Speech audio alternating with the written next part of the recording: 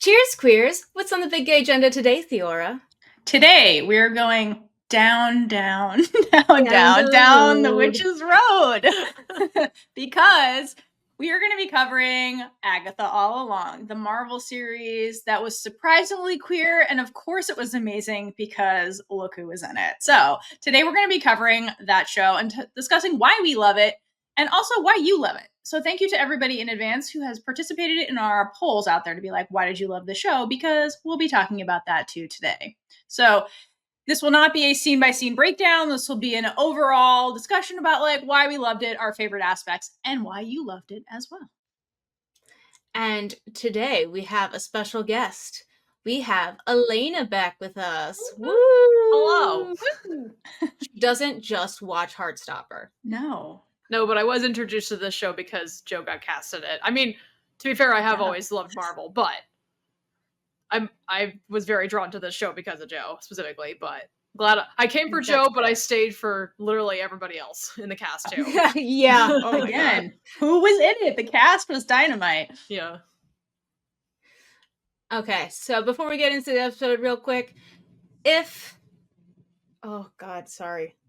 Before we get into this episode, make sure that you are subscribed to the channel or following us on any social media platform. Come join our Discord where you can talk to us about what you thought about Agatha All Along and a lot of other people who are just screaming about media over there. There's so much that's going on. So much screaming. Also, you can go check out our Patreon.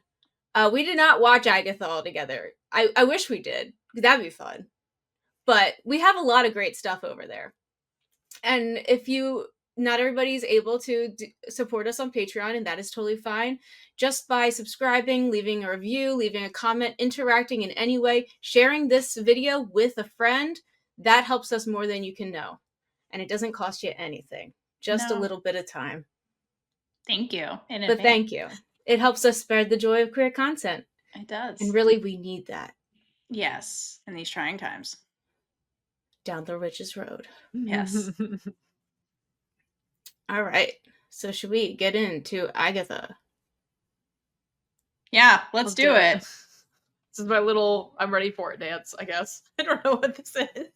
All right, since you're super ready, start us off, Alayna. Oh what my did you love about Agatha All Along? Okay, so like they obviously announced this show quite a few years ago, right? Like that this was happening, that Agatha was going to get her own show, that Kathryn Hahn was going to be a lead, because so for a long time they were talking about bringing Agatha back into other shows.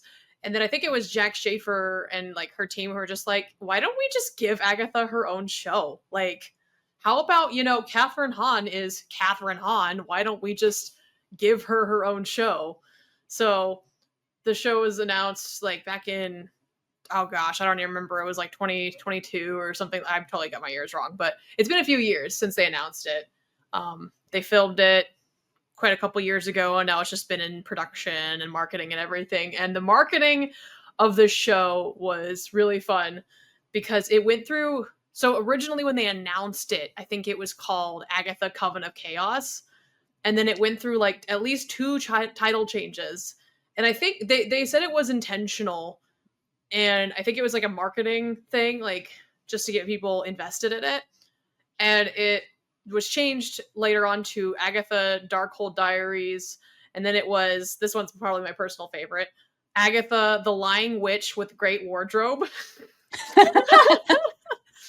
That sounds like a title that they title something to throw you off. I think that literally was the whole point. Yeah, that was like totally on purpose. And then like, I don't remember when it was officially, but they announced that it was actually going to be Agatha All Along, which was fully like, oh yeah, it was Agatha All Along, like Agatha did this. She changed the titles or whatever. It was supposed to be like something whimsy and like on brand for Agatha. Was that the title all along? And they were just messing with us the entire time? I think that, well, I mean, if they might have been bullshitting and totally like just saying, oh yeah, we meant to do this. But you know what? That's fine. It fits. It totally fits. It does definitely fit. Yeah. Very Agatha. Oh my god. And then like, if you guys don't know, D23 is like the big Disney convention that they do every summer, I think. And I think it was was it this last summer that they did the performance, like the whole like main cast came out and sang Ballad of the Witches Road as like a promotion of the new show, which was really funny. So good. Because all of them come out. Joe's the only one in the coven who doesn't sing it in the show. And so Joe literally comes out on stage and he's like, I don't know the words. I'm just going to listen to Patti Lupone next to me. Or whoever was next to him. He's like, I don't know what's happening. I don't know the song. That's like a theater kid's nightmare. Oh my God, seriously. I don't know the words, so I'm just gonna... I still have those dreams, and I don't even do theater anymore. Oh my God. It's That's so scary. Anxiety, though. So scary. There's a whole... At least Joe wasn't alone on stage. He's like, well, I have them. I can Could hide. you imagine? He's got, you know, Patti Lupone next to him. I mean, That's fine. what everybody's looking at. Yeah. You're good. You're good. No. Yeah, this show, just like the build up, the hype to it just really got us all like super excited for it. Obviously, like we all knew it was going to be like a spin-off of WandaVision, which was like a big hit, and WandaVision kind of came out during the I guess you could call it the peak of the pandemic, when everybody was like quarantined, everybody was working from home. That's when this show came out, kind of just like convenient timing, where everybody was watching stuff on streaming instead of like going out to the movies and stuff. So this became like such a hit, and also it's just a very well done show. Like, just to be clear, it's a very good show. Especially because it's like one of those shows that's like, no, you got to stick with it. The first couple episodes might seem weird, but you stick with it. It all makes sense. And this literally, I think this kind of stuck with this show in the whole, no, you just have to keep watching. Not quite in the same like fashion as WandaVision, obviously, but like things really start to fall into place as the show progresses, which I love shows that do that. So agreed. The second to last episode, you think you know everything that happened. And then you get the last episode, you're like, shit, I didn't know anything. It was Agatha all along. But yeah, like WandaVision and Agatha have that thing in common where it's like cumulative storytelling, like you're saying. Only Wanda did it through like the eras of television, Which was and it was so brilliant the way it was done. And then this was just like the trials of the Witches Road and that kind of stuff, like was the unfolding of the story. And it's just, it's a brilliant storytelling. It's so much more engaging to me personally. And what sets it apart from other shows, and I think which really did help the reception to these shows, because it's so different from everything else that we are seeing in an age where content is just mass produced and not even thought about. And especially for Marvel. I mean, Marvel are really like thinks very far out, but yeah, it's very much, we have a superhero, we do this. They're very experimental with these shows. And it's very cool to watch. And it's all women and Joe. Yes. Also made it different. It's all women so and a lot of the gays. Women and gays. Yeah, women and gays. Gosh, I didn't even notice that. Besides, I mean, Joe is like the main for that, but like Joe and I guess boyfriend, he's not in it much. No, it's because Agatha's story. He'll get his own story eventually. Which is fine. I'm good. I just give me all the women. Yeah. There are some rumors that it's all like speculation right now, I think, about if he's going to get his own show or not, but we'll see. But yeah, I will say, like, the start of this show, oh man, like it does kind of start in the same vein as like WandaVision, where it's like we think we're kind of just like in a TV show of like a certain genre, which, can I just say, all of episode 1, like, I mean, the whole show is great to watch, but like episode 1, just like, even if we didn't know like what we were going to get with this show, if it was going to just actually be what episode 1 was, I would keep watching this show. Like, I would totally watch a multi-season series of Kathryn Hahn just playing a bitter lesbian detective. She needs to be a character in Deadlock, because I think she does. First of all, an American transplant in Australia. The Australians just make fun of her accent. I think that would be hilarious. And then Kathryn Hahn not giving a shit. It'd be that'd be amazing. But can I just say, I put the show on. I had no idea what the show was going to be about. Mm-hmm. I think I read some things, but I was like, I don't know. I turn it on. I'm pretty sure for the first 15, 20 minutes, I kept checking to make sure I had the right show. I was like, Agnes, what the hell is happening? Oh yeah, Like, what is this? because you had not watched WandaVision, right? I did watch WandaVision, but again, I forget Oh. everything. I mean, it's been a while. Yeah, it has been a while. But to your point, though, this lesbian detective curmudgeon shit. Like, seriously, like I thought they were setting. Again, they subvert expectation on the show, which is really great and which makes it mentally engaging for me. But like, I thought we were going to get a continuation of WandaVision because it's like the spin-off, basically. So I thought we were going to get her in this show, and then I thought we were going to get more of this cop drama stuff as we like break her out of whatever this is. But they're like, no, we kind of do it just like immediately. And I love that the mechanism really that starts it is that Rio shows up. So first of all, can we appreciate the fact that Agnes is like, or Agatha/Agnes is like in this cop drama that's ridiculous. And then Rio shows up, like enters the dream space and is like, really? This is how you see yourself? Like, what are you doing in here? This is a hot mess. And like Rio like just hangs out in the cop drama for a bit and like is like, all right, I guess you're whatever. And like has to like very slowly coax Agatha out of this like hell dreamscape she's in. But like it really did take somebody that knew her very well to be like, all right, she knew when to push and when not to push. But like the fact that your ex shows up and is like, really, this is what you're doing, is so fucking funny in hindsight. Okay, first of all, Aubrey and Kathryn both do it, but Aubrey is so good at just the micro expressions. Because when you go back and watch it, you're like, oh shit. No, like she like fully she knew. And like the audience, you could see it if you knew what was happening.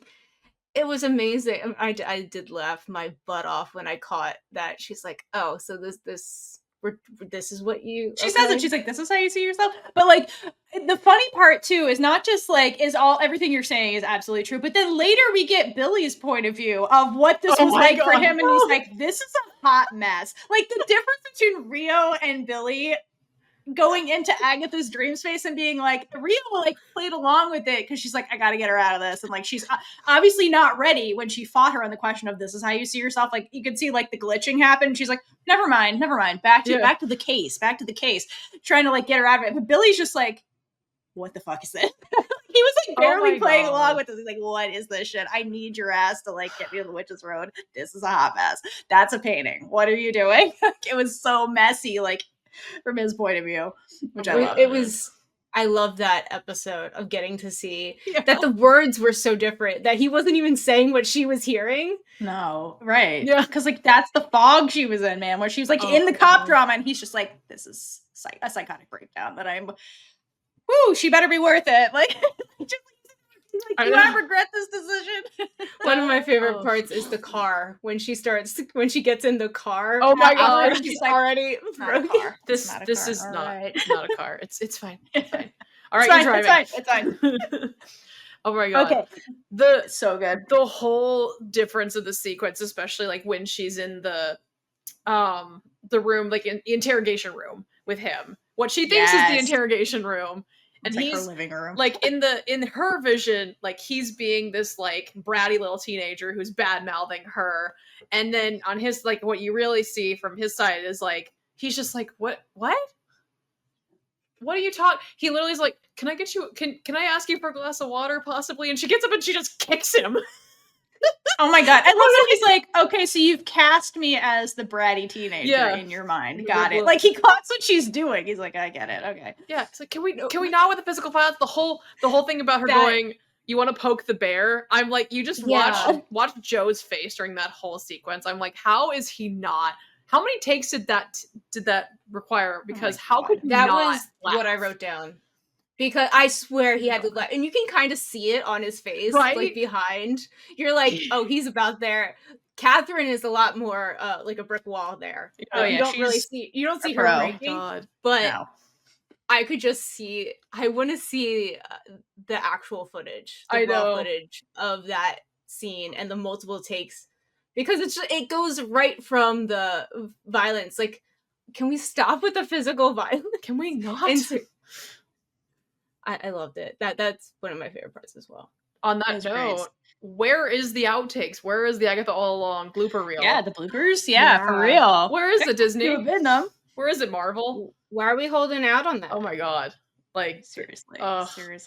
I would love to Oh my see how many gosh. times they broke character on I'm that. I just thought of more things. That cast in Right. general. Would be Also with hilarious. Deborah Joe. Oh, I love her. Ugh. I was so sad when she was like killed off really early. Justice for I was like, I Sharon. thought you were gonna.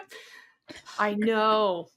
Every character death in this show, like, made me either like super angry or just full of some kind of emotion. Like, obviously Lilia's death in episode Oh my God. 7, like I was full with a Yes. lot of feelings, but Alice's death made me so mad. Oh my God. And yes. then like Oh, Sharon's, God. I was like, ah, how dare you kill? Like, Alice has made me very upset. I mean, I know that was like Yeah. the whole point, was like, it's a very big injustice, and it like, you know, that was the whole purpose my of her God. death, was like, what is this? How could this happen? And that was her reaction too. And then I love Rio again, the balance, who's just like, you're a protection witch. You died protecting someone. Yeah. Mission fulfilled. Let's go. Yeah, like, right. I mean, it's like, yeah, like she's not wrong, but like it is so sad because you're like, Alice is finally like, yeah, you light at the end of the tunnel, and then boom, no, it's over. I know, she just got rid of her multi-generation family Yeah. curse, and now Right. she's dead. Like, with no we assume like no descendants, no lineage, no like legacy to carry on. That's it. Yeah. So like as a viewer, it's like, and from Alice's point of view, it's like, oh, this is such an unsatisfying ending because we want a narrative to be satisfying. But then Rio's like, no, you fulfilled your mission. You protected somebody. That was your job. You did Yeah. it. It's like, That is the end of the story. Like, you fulfilled the story. Like, you have a purpose. Good job. Just Yeah. man. But that was very sad. Back to the first episode though. One thing I do want to add before we move on from the first episode was just one of my favorite sequences, and again, WandaVision vibes, was when Rio is like, who are you? Come on, girl. And they're in the morgue, and Agatha is like literally uncovering her identity by stripping out of one outfit into another outfit. And it's like she's going through the eras the way like in WandaVision we went through the TV show eras. And like, how queer coded was that coming out? Like, the way that whole thing went down, she was just like dripping, and just like, it brings a whole new meaning to like undressing you with your eyes. Because like Rhea was watching her the whole time. She's like, this is fun. It was so incredible and just queer. And when they went into the black and white of just having her in black and white and nothing else, like, good on you, studio. That was great. What a sequence. I know. And then like as she's like fully yanking her dress off, it like pans upward. Yes. Also, the sigh that she does when she opens her dress, my roommate and I Right, it's so this, gay. and we're just like, did that sound like really sexual? Yeah, that sounded like a very sexual sigh. That's what I'm saying. It was very sexual the way it went down with Rio in the room watching this. And I was like, oh my God. All right, ladies. So dramatic. It's like such an Agatha thing, and I love it. It really is. Oh my God. Good. Yeah, it does. So it does kind of raise the question: was it really Billy that broke Wanda's spell for Agatha? Because she's been under the spell for 3 years. So the question is, was it just Billy? Because Rio pops up at this very convenient time, and I'm just like, does she know? I mean, obviously she knows about Billy being in William's body. She knows because there's an imbalance in the balance of life and death and everything. And so obviously she's probably been following him. So was it Billy's abilities, or was it kind of there a bit of a nudge from Rio as well? That's kind of what I wonder. Because she's like, get this woman out of the spell. I feel like he get interrupted with what he's trying to do, and he never like actually finishes. Yeah, maybe, because like he was doing the incantation, and she like went and she like or I guess she tapes him up, like she ties him up. Yeah, she assaults him. She puts him in the closet, back in the closet. Right, again, more queerness happening in the first episode. I don't want to go back in the closet. And that's what I was wondering. I was like, how did that work if he got his mouth taped before he could finish speaking? I think it took both of them to do it because, again, like, Agatha, I think, wasn't ready. Because it's like, again, I feel like this whole episode is a metaphor for, like, coming out into your identity. It's, like, very queer-coded, this episode. Like, she wasn't ready to face it until she's in the morgue. And that's when she sees Wanda and, like, has to acknowledge Wanda is dead. And, like, Because, like, before that, she's just like, I don't know, the case is like Wanda that she keeps bringing up, but she's like, can't solve the case, but she's fixated on it. She's like, there's something about it. And it's Rio who has to be the one, like, look at it and then remember who you are. Because she's out here using an alias. So once she puts together she's Agatha, that's what breaks the spell. She's like, now I know who I am and I remember what happened to me. And that breaks the mental fog. And I think maybe Billy weakened the magical piece of it. Didn't break it entirely, but weakened it. And then once Agatha comes into her power, like, she can break herself out of it. She had to do it. So I think it was a combination of everything that was happening, like, to Alayna's point. Perfect story. Also, Rio just shows up now. She's like, there you are. What are you doing? This is weird. Yeah. Is episode 1 with the fight too? I forget if it's like in 1 or 2. Yes, it is. Episode 1 is the fight. Episode 2 starts like after the fact when Billy like gets up and is like coming out of the closet. Yes. Comes out of the closet. Yeah, that's where that episode 2 starts. Is she's like getting ready to leave. Because Rio has basically told her, hey, guess what? The Salem 7 are coming for you because you killed all their parents. Congrats. They're coming back. That's what actually lure Rio out there was the Salem 7 stuff, because Billy still is like warded by Lillian's thing, so I don't think she can sense him yet. So I think she was following up on Agatha, and I was like, oh, this bitch better warn her ass. And then she's like, what the fuck are you doing? That does raise a good question. That does raise a good question, because he has the sigil on him. I didn't even think about that. Does Rio know about? I don't think she does. Like, Rio knows all. Rio's just like, Rio knows everything. She's Lady Death, but does that mean she's like in the? Oh man, no. The reason why I don't think has to do with the dialogue, because in episode 7, the best episode of television in 2024. True. Let's be real. We will get there. I'll have a whole section about it. But when Lillian and Billy basically finally talk about it, when she's like, I remember you, like, I'm the one that he asked her, she's like, were you the one that like put the sigil on me? And she's like, I recognized who you were and I wanted to give you time, which is what Rio did with Nicky. So I think that, yeah, she was giving him time before death came for him. Because it gave me that, because he has the parallel story to Nicky. That's why, like, Agatha's like, oh my God, I see my son in him. So I think that dialogue very much mirrored the Nicky situation too. So I think, yeah, she was protecting him from death coming after him to like correct the balance. And she's like, I saw what you could become. You needed more time. I gave you time by like shielding you. Because I think that's what because like once he breaks it, she's like, break it when you don't need it anymore. He was powerful enough to like withstand her. So I think that it was to counteract Rio coming to collect him. So I don't think she could sense him at that time. Okay, because that changes my perspective on another thing that happens in episode 4, maybe? When Rio says, Agatha, that boy isn't yours. Because that's before the sigil's broken.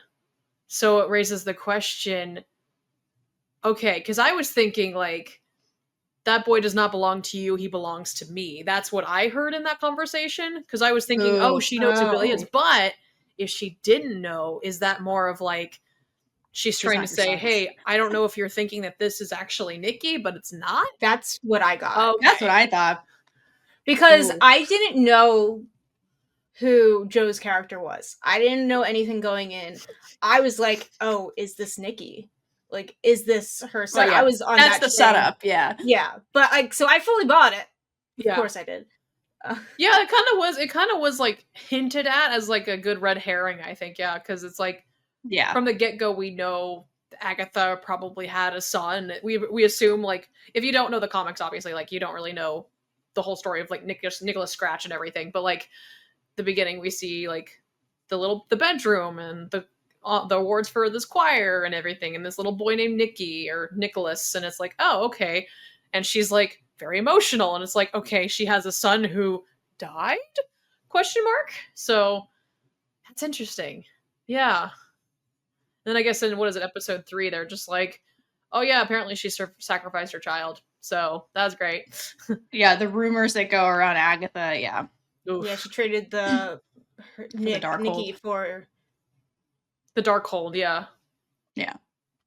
Which is basically to say she traded her son for power, is essentially what that's saying, for her own ambition. Because women can't do that. They're supposed to be mothers, but when men do it, it's fine and heroic and shit. Yeah. Oh, yeah. Yeah, Billy in this show, obviously, like, first of all, the fact that Joe had to hide the identity of this character for like 2 years, like, That's insane. Yeah. which is, it's kind of funny because, like, a lot of like Marvel fans were kind of like, we know who he's playing, it's fine, like, whatever. But it's still kind of like the way it unfolded was still really fun to watch. Because there were so many red herrings. It's like, oh, maybe he's Dickless, maybe he's this character, maybe, oh my god, what if he is there were like some rumors that he was Mephisto, and it was like, what? If you guys don't know, in the Marvel comics, from what I remember, Mephisto is basically like the devil. So in Marvel. So that would have been interesting. Yeah, they say like there's a thing that says like, oh, maybe her son is now a page or a servant of Mephisto. It's like, oh, huh? I hope not. I hope that's not where Nicky is. Yikes. But yeah, so that was like some speculation is, oh my god, what if he's actually Mephisto? They mentioned Mephisto in the show. What if it's him? No. So I was like, I don't know if they're going to tackle that in a miniseries. I mean, they could tackle it in a miniseries. Who knows? But I feel like that's going to be a whole Avengers big baddie. In the future. It made more sense to do what they were doing because this was like the Wanda spinoff. So it makes more sense to connect it in another element, not just like Agatha, who was in WandaVision. So yeah, this route made the most sense. And it's kind of sort of a nod, at least a nod to the canon of the comics. Because Agatha in the comics, I've never actually like read too much into these comics. This is all just lore I've learned from the internet. Agatha is like basically or I guess it's Wanda's kind of an apprentice to Agatha, who is already in the form of a spirit at this point. Oh shit! So in the comics, she's like basically Agatha's apprentice, and so the fact that that's kind of where this leads with Billy kind of makes a lot of sense. It's like obviously we didn't really see that in WandaVision because it was a whole different story with Wanda that we were tackling.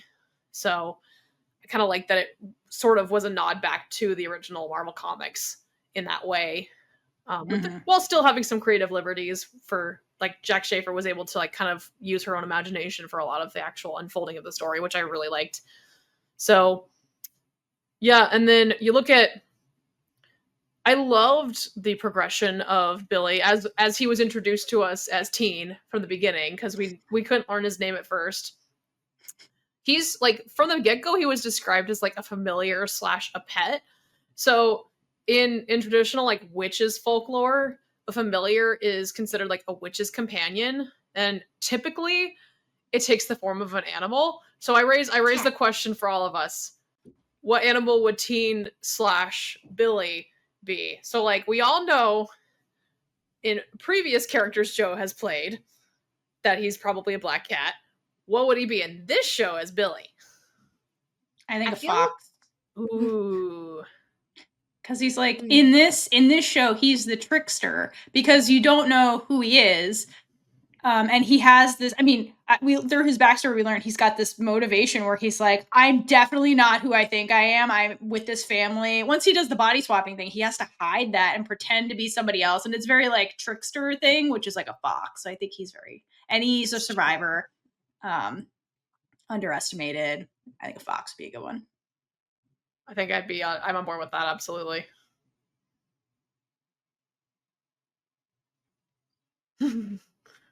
Any thoughts, Caitlin? I was gonna say I thought a black cat would track too, but I think that's just because of his makeup. Well, like witchy vibes too. He's very hardcore into like traditional witchcraft with his spell book and stuff. So like Black Cat also fits with that aspect of his personality. But I also think Theora might like this. He could be a hedgehog. Aww. Because he can kind of seem approachable, especially like from like the past. You see him, but then we get that episode where he figures out his power and like all hell breaks loose, and that's when the spikes come out. So that's where I got the hedgehog from. That fits. Imagine Agatha with a little hedgehog. Just no. She has a bunny. Yeah. Got her bunny. That's true. Mr. Senor Scratchy, I think is his name. Senor Scratchy. Is that his name? Yeah, I Senor never knew what his Scratchy. name was. I don't think she So says cute. it in That's the show. Nicky. See, that's what Oh, that's what I God, wondered. Is Scratch, that supposed to damn it. be Nicky?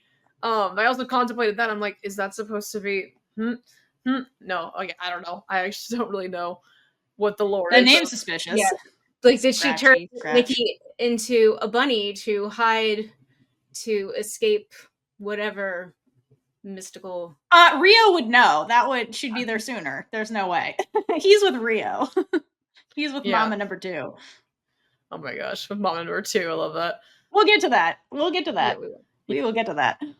I will say, like, I like that this kind of adds to the whole element that all these witches, like, most of them are not necessarily like good people, or like they're very flawed characters. Like, all these characters are very flawed. You know, this is not a show about superheroes. This is not a show about, like, you know, Iron Man or Captain America or any of those. Like, I'm here for the good. I might be chaotic good, but I am good. These are people who are very, like, conflicted, very flawed individuals who, you know, like, have like these quirks about them that wouldn't be considered like good people. They're just people. So the fact that a lot of these, like, couple of them, like, specifically like Agatha and Jennifer, like, use familiar. They call teen Billy at the time familiar. It's almost like a very degrading and very belittling term. And I'll be honest, I found it very upsetting at first, because I myself, like, I love the concept of witches familiars. Like, I always joke that if I ever become a cat mom, I want a black cat, because I want my own little witches familiar. So that's just, I love black cats. So I took a personal attack to them saying familiars don't get a vote. I'm like, familiars are cute. But again, I think that might just kind of add to, these people are very conflicting people. They're very flawed individuals. So yeah. That's why I liked it, because I get so bored with the good to they're so good that they, like, end up making bad choices because, like, they're so rigid with their morality and stuff that it's, like, causes problems. Like Batwoman was like this. I'm like, why? Like, dude, like, it was just, you're so morally coded that, like, you can't go past the morals, but then, like, it still causes disasters. It's like, dude, the world does not work like that. It's so boring. So, like, I like that you have actual people just being people. First of all, Jed's a snake oil salesman, which I love. Like, what the hell? She's living as a snake oil salesman, basically. And it's refreshing to have, like, real people just, like, I mean, the protagonist is, like, is very morally gray, more sort of towards the dark side of that spectrum than the light side. And, like, yeah, whatever, let's do it. It's so much more interesting. It made it a really interesting show. And then you of course have Billy, who, like, when you first meet him as teen, he's like the morally good one, right? And you're just like, okay, here's the innocence of youth, who's always like good versus evil, like good and bad, like everything's a binary, it's this or that. And then, like, when you realize he's somebody else, it's like, oh, he's morally gray too. Awesome. This is just a collection of morally gray people who are just navigating the, like, cards they were dealt. And that made it a way more fascinating show. And I was like, I'm surprised this is Marvel, because Marvel is so, like, black and white with, like, good versus bad. And it's just, that gets so boring and it's so unrealistic. I can't with those shows. I'm sorry. But this was refreshing because it was not that. Even WandaVision wasn't like that. That's why I like WandaVision. I was like, what is happening? And this is great. And, like, oh, it's just like grief. The theme of both of these shows is just, like, a grief and how it just takes over your life. And it's like, damn, so good. Yeah. I like not knowing what's happening, Yeah. so I don't even try to figure it out sometimes. You guys know the looks like a cinnamon roll but could actually kill you meme? Yeah. So, like, Yeah. I was talking to a friend about this with this show, and he and I were saying some of the characters, you can't really put them in the box of, like, looks like a cinnamon roll, but it's actually a cinnamon roll, all those things. Because you look at, like Alice or Billy, and it's like, looks like a cinnamon roll, is kind of a cinnamon roll, but could also kill you. Yeah. So it's like, That's so true. I just thought that was really funny. I'm just like, kind of just adds to that. Some of these characters can't just fit into one box, because No, that's Billy- some fun. Billy's adorable, and he is adorable. He looks adorable, and he is adorable. But oh my god, could he kill you in a heartbeat? Because he he does. He kind of does. He killed a bunch of people without realizing it. Yeah. Like, he can kill you without realizing he's killing you. Like, Whoops. yeah. Whoops. Yeah, And he just then- murdered a bunch of witches, like, without realizing it. And then has a crisis about it, which, yeah, okay. Yeah, valid. Well, I mean, minus the murdering part. I was going to say this before we got to the murderous stuff, but that's what makes them people. Like, they're actually real. They're real. These are real people. It was great. Could you imagine if they were actually real, though? No. Well, we would need them to come do some stuff in America. Oh, yeah. Burn it all down. Anyway. Well, I think this is a great time to interrupt this episode to bring you a few brief shout-outs. So, as always, we love all of you who are listening, supporting in any way you can. We see you and we hear you, all your comments, so definitely make sure that you're leaving reviews and commenting. We love to hear what you enjoy about the media, even our episodes. Come talk to us on our Discord too, please. But we have so many lovely Chaos Crew Patreon members, and we want to make sure that they all know that we love them just like we love everybody else. You know, I'm butchering this one, but just keep going with me. So let's just get into the shoutouts before I keep rambling and don't even remember why I'm here. So our Chaos Crew members on the Big Gay Ride or Die tier and above are Dana W, Kate V, Angela, A Mix New Monzone _multi, Natalia, Danny, Cassie M. I'm going to clarify with them how to actually pronounce their name because I want to make sure I do it right. Jill L, Regina B, and Monet F. Woo-woo. Thank you. Thank you. And our featured Big Gay supporter members for this episode are RW, Mika L, and Angie. Thanks for joining us over on Patreon. Thanks for supporting us. We appreciate it. Hope you're loving all the queer content coming your way.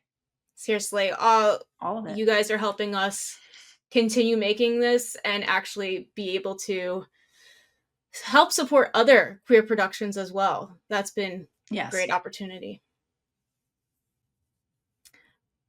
But now let's go back to The Witch's Road. Oh my god. So can we please take a second to talk about the practical effects on this show?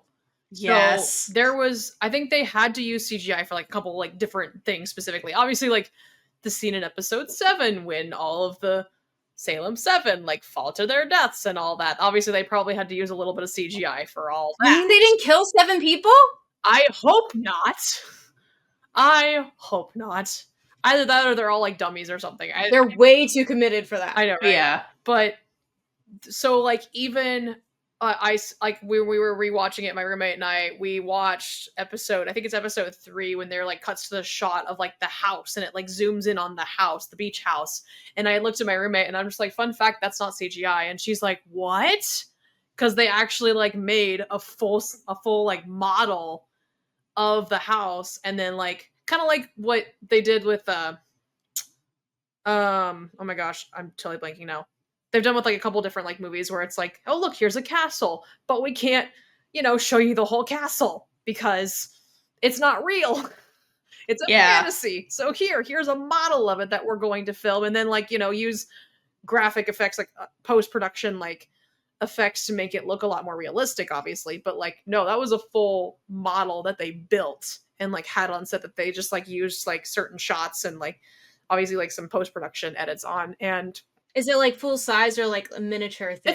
It's like a smaller like miniature model. Miniature. Yeah, because they do that with car chase crashes too. Yeah, yeah, it's so cool. I love that. And then like the whole Witch's Road itself, like all the trees, everything that is not CGI, that is all a set that they built in like this little studio in Atlanta. It is all like it's a full road that they built, and it's like I awesome. would like that to be turned into a museum. Could you imagine just being able to visit the Witch's Road? Oh my god. Marvel fans would go crazy. Yeah. Seriously, Marvel, what are you doing? Is Marvel associated with Warner Brothers? It's associated with Disney.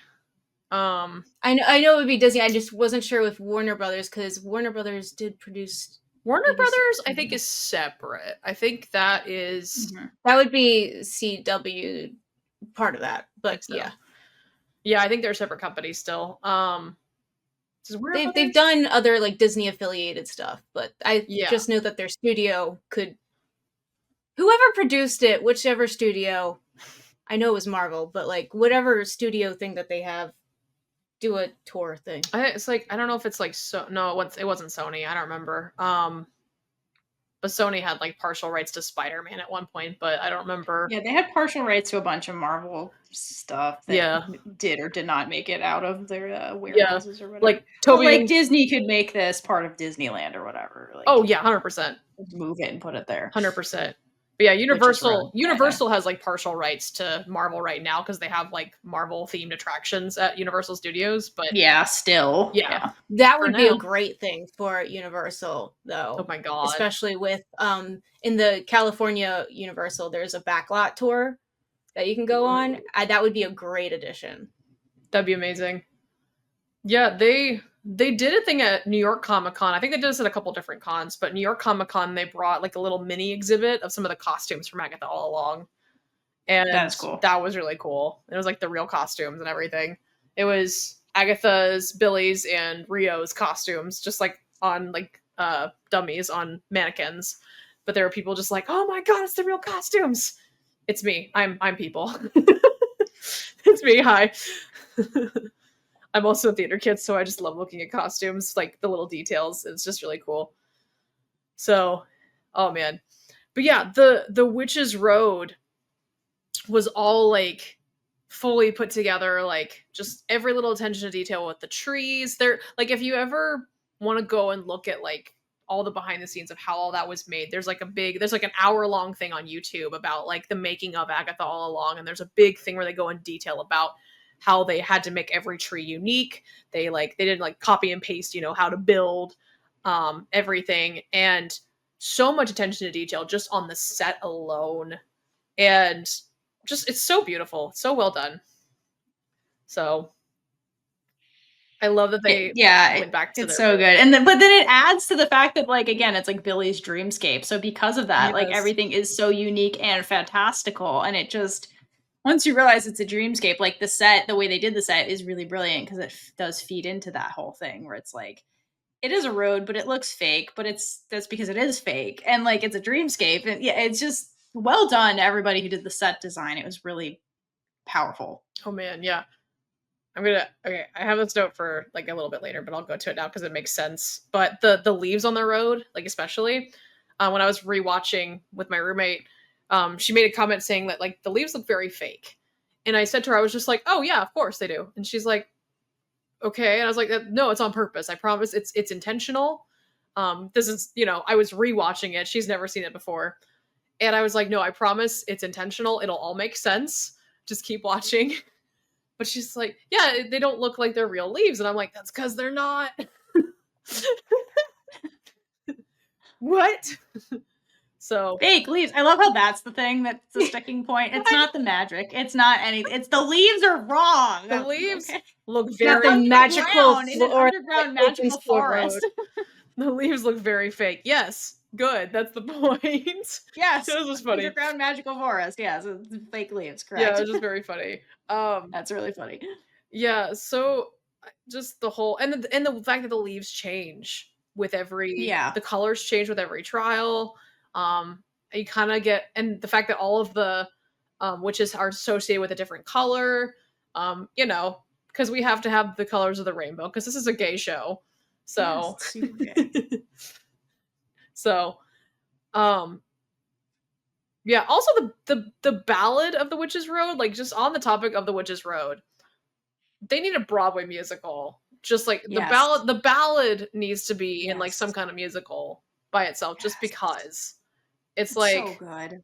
It's such a perfect show tune. It is. It's so good, and it's ensemble-y. Like it's perfect for that.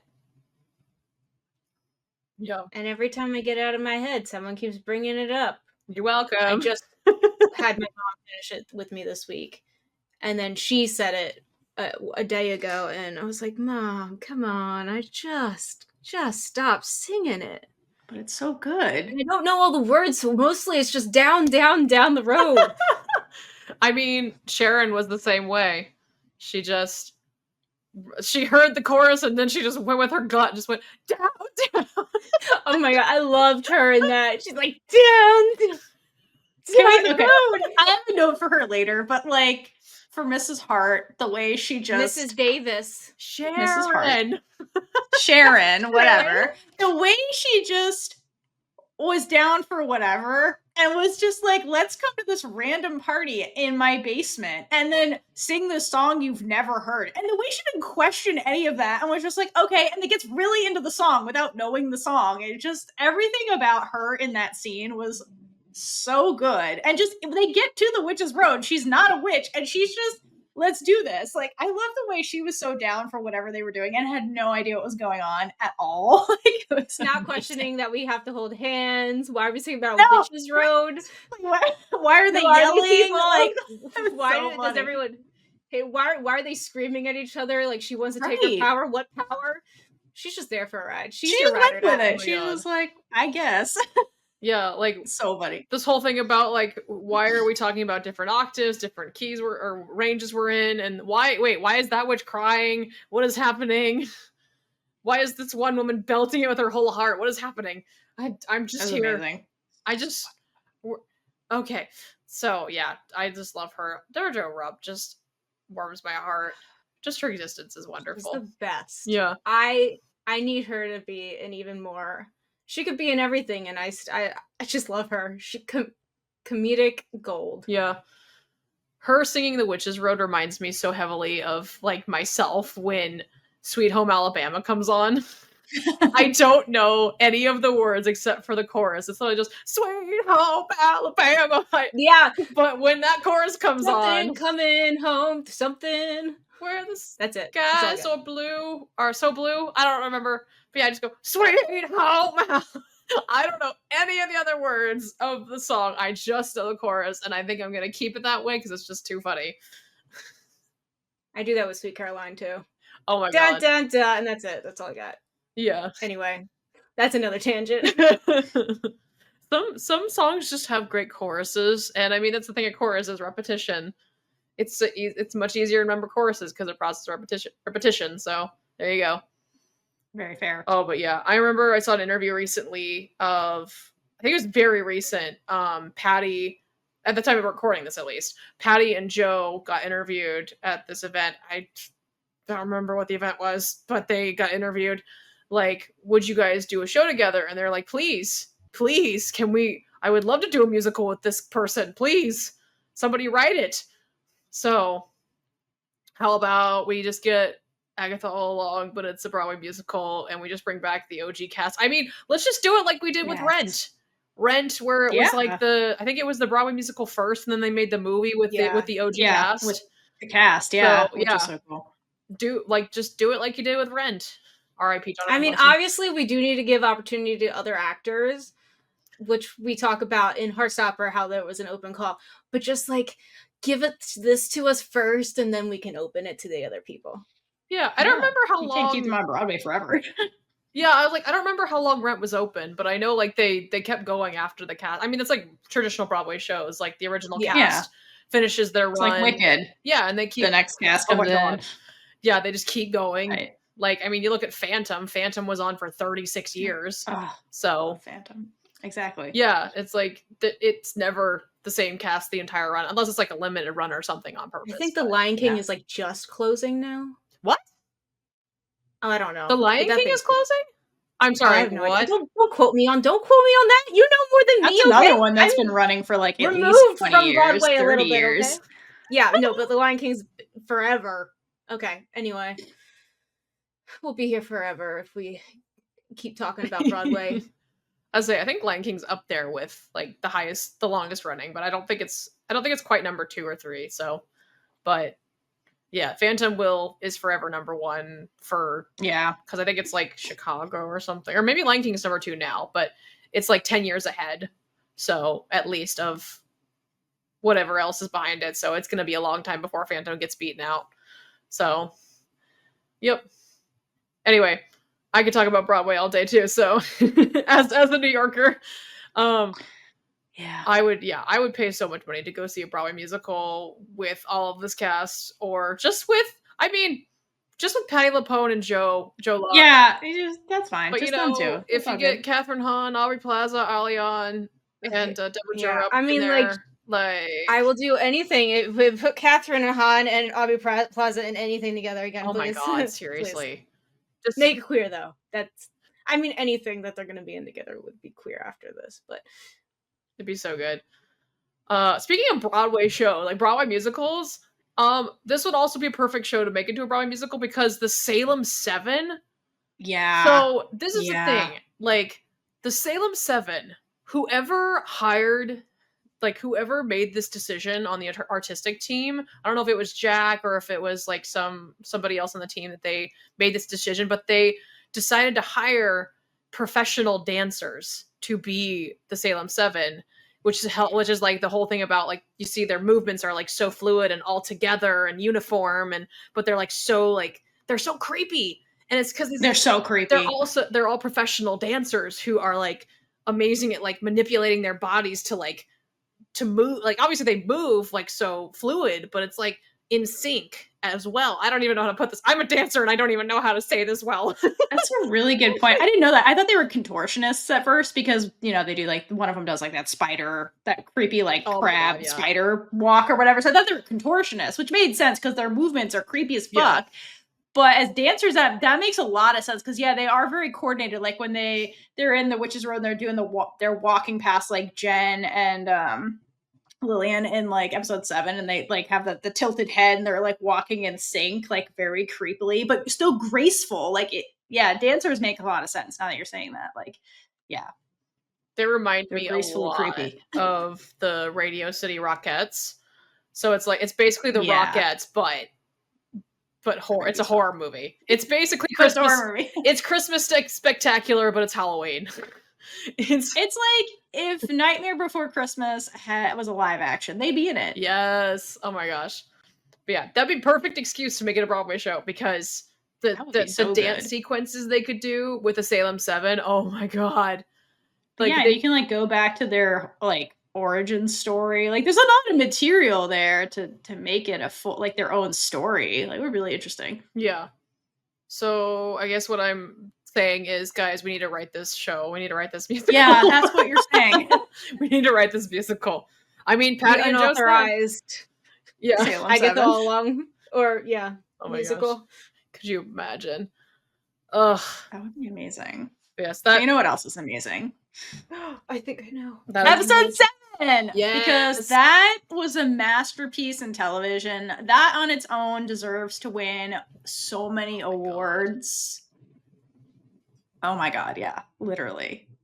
It was so good. That episode 7 was, to your point, it was incredible. Just beautiful piece of work.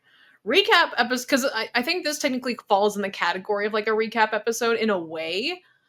But you don't think it's a recap episode necessarily because it's like it's so well put together. I mean, the acting is fantastic, but it doesn't feel like a recap because it just fits into the story so perfectly because it's like in character with Lilia and like how she sees everything out of sequence, and it's just so good. Recap episodes can be very hard to nail down. It can be very hard to make a good recap episode. Especially when a lot has happened in a show. But they can also be super handy for like, hey, a lot has happened, so here's kind of what happened, like the key points of what is going on. I said this in here, but I would dare rank this up there with the recap episode from Avatar: The Last Airbender, which I think is like my personal opinion is one of the best ever recap episodes of any TV series. This ranks up there with that, so it's phenomenal. I didn't even think about it as a recap episode until you like wrote this out in the notes, and I was like, I guess it is. It just the way that it's the story unfolds, it doesn't feel like one at all because, it, like you said, it fits with. To me, it felt more like, oh, it's Lilia's backstory episode versus like a recap episode because that's like the main lens you're getting. But like it is, it's like they're kind of like, okay, so all this stuff happened, and let's remember that this is Billy, and then like Rio is Death. That was the big reveal, and like here's all the pieces that point to that, and like if you didn't put this together, Lily is gonna do it for you.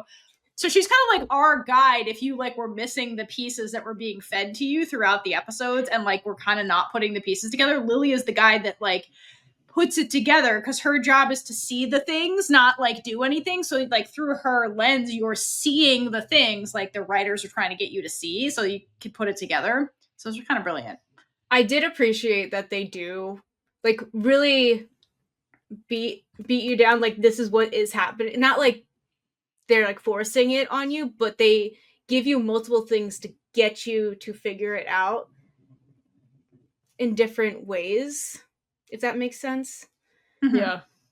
And yeah, when the Rio is Death thing, this is why it's important for this episode to do, because that happens in episode 7. My mom's like, I was right. I'm like, Mom, they literally said that Rio was Death. You didn't put anything together. They literally told you that. And I just thought it was funny. Yeah, I love that how fast paced it is too, like the switching between each scene, and it all kind of falls into place. Like, throughout the show we've seen it up until this point. Like she kind of just like randomly says things or she spaces out, and from our perspective, obviously, we see what the other witches are seeing is just this wispy, kooky woman who just kind of zones out for like a second or then says something really random and weird. But then we see it from her perspective and it's just go, go, go, go, go. It's like back and forth of like, oh my God, this is what's happening. She says, get off me because somebody is like jumping at her. She says, I hated this the first time because she remembers. That was so funny. That was my favorite. Oh my God. She's like, God damn it. Lilia's being weird again. Oh, it's like, no, she's actually just reliving all of this crazy shit all over again. And so it's like seeing how like intense she gets in those moments too. Like you get to feel how terrifying some of that actually is. Like getting like experiencing your life out of sequence. I can only imagine. Like that's terrifying. Oh my God. Yeah, like the part where she goes back to the divination lesson and it's just like, make it stop, make it stop, make it stop, make it stop. Oh my like, God. No wonder she stepped away from magic. If this was her magic, like it sucked. And then to be Lily, because like her power is like so like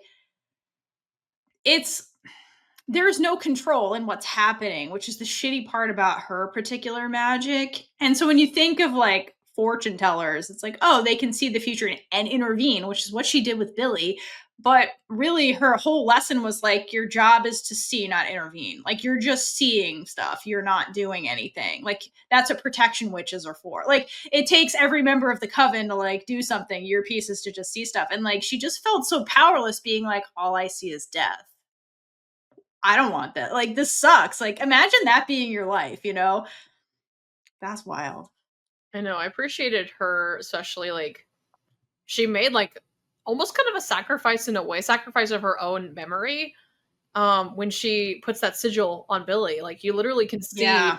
First of all, quality acting from Patti Lupone in this moment too, because you can just kind of really tell when the switch happens when she puts the sigil, like she does it, then she plops it in his jacket pocket that he accidentally left.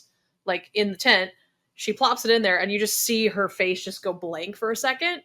And then she suddenly has forgotten. So I didn't catch that the first time I watched that. So I thought when she takes it out to whatever worker who's there, she says, I can't remember who it was. I thought she was just kind of like, I'm not going to tell you, whatever, I don't know.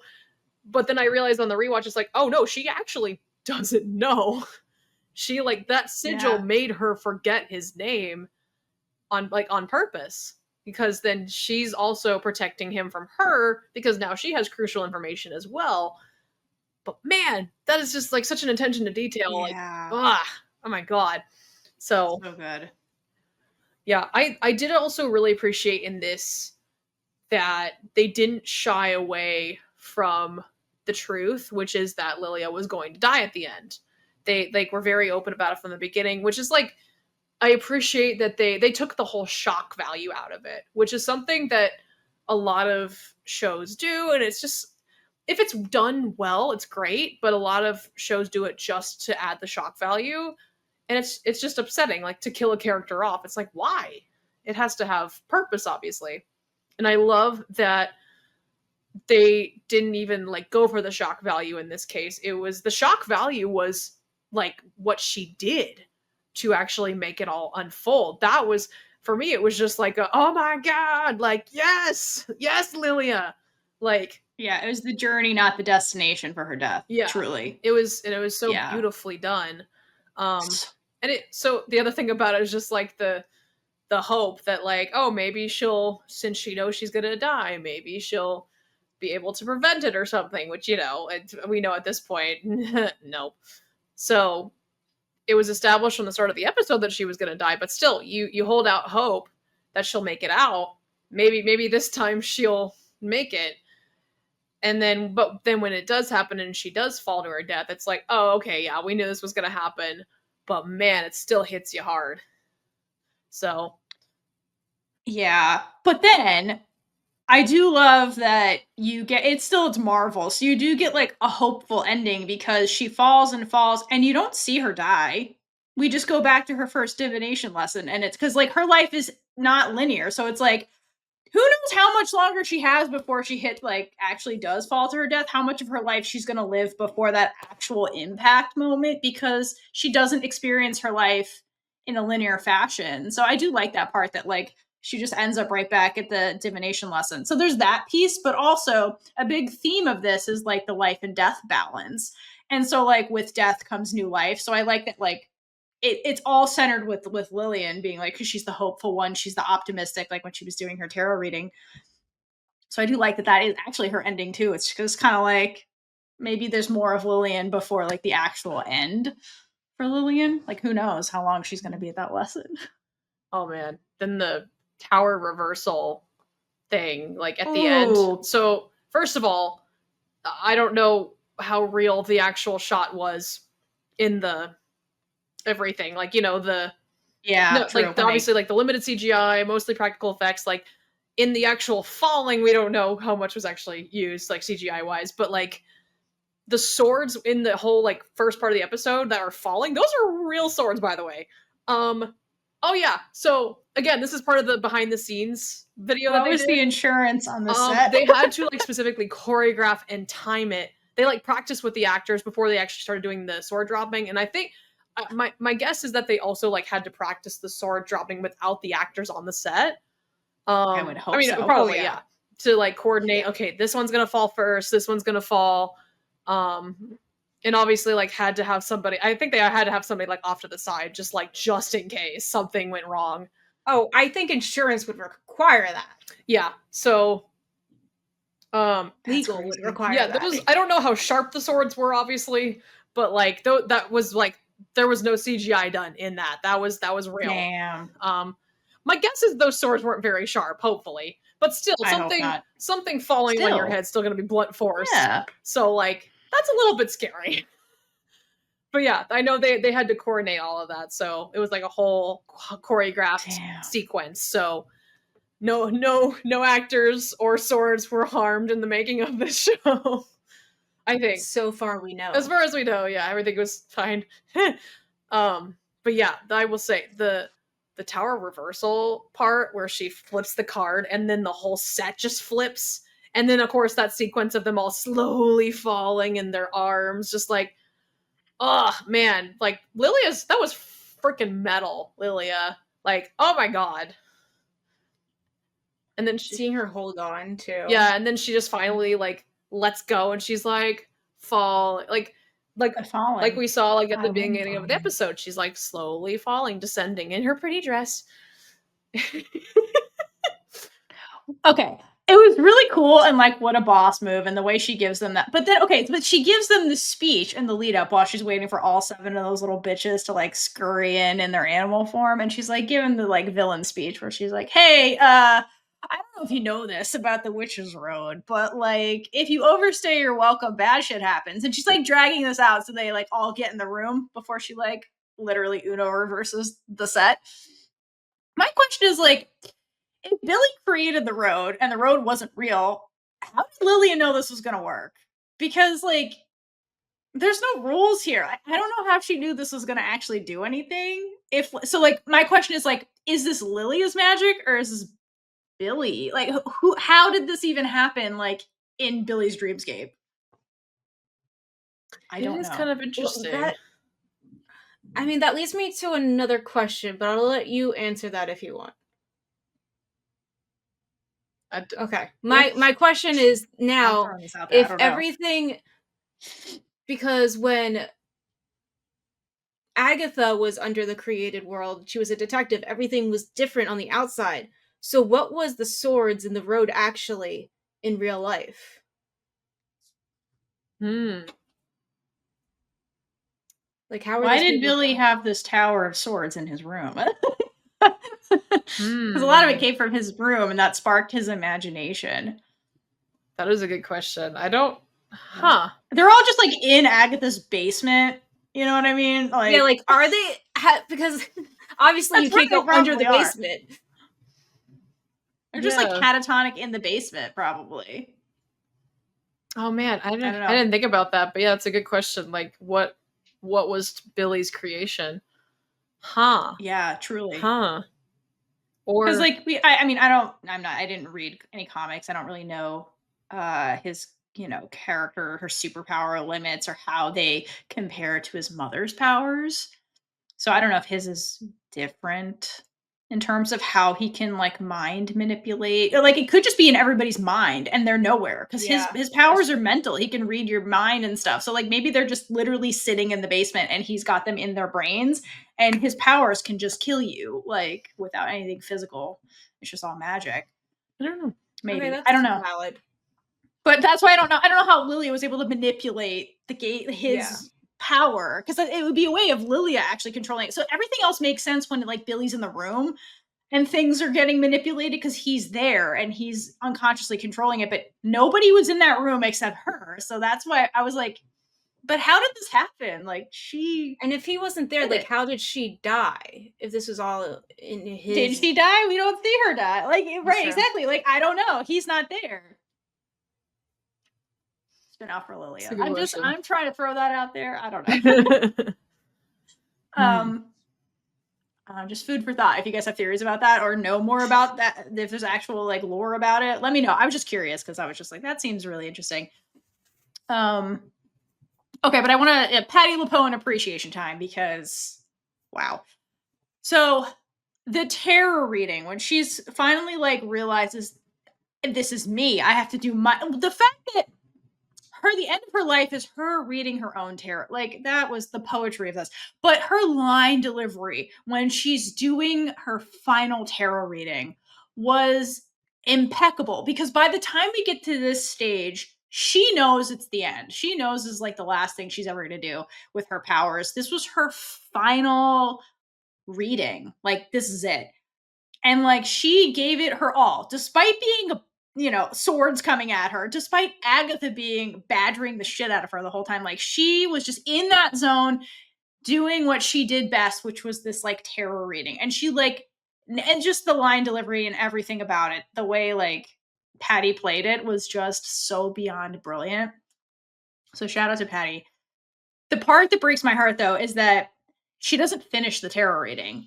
Agatha's the one that does it. Like, she doesn't get to place the last card. Agatha's the one that places the death card. And like, Agatha's actually the one that seals Lilia's fate. It's not Lilia. Because like, this was Lilia being like, I understand now. I understand what I have to do. I have to be the one to do this. I have to sacrifice myself. But it's Agatha is the one that robs her of that, because she's just like, oh my God, we got to end this.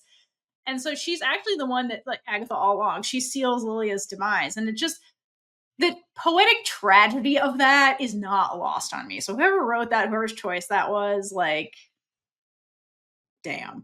And damn.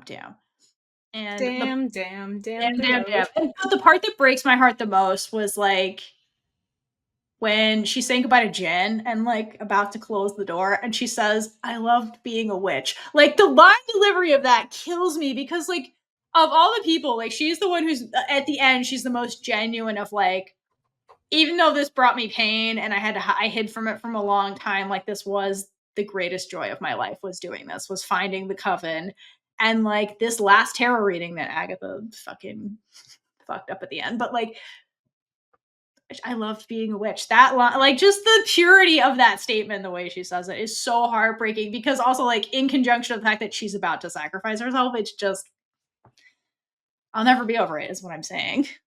Never.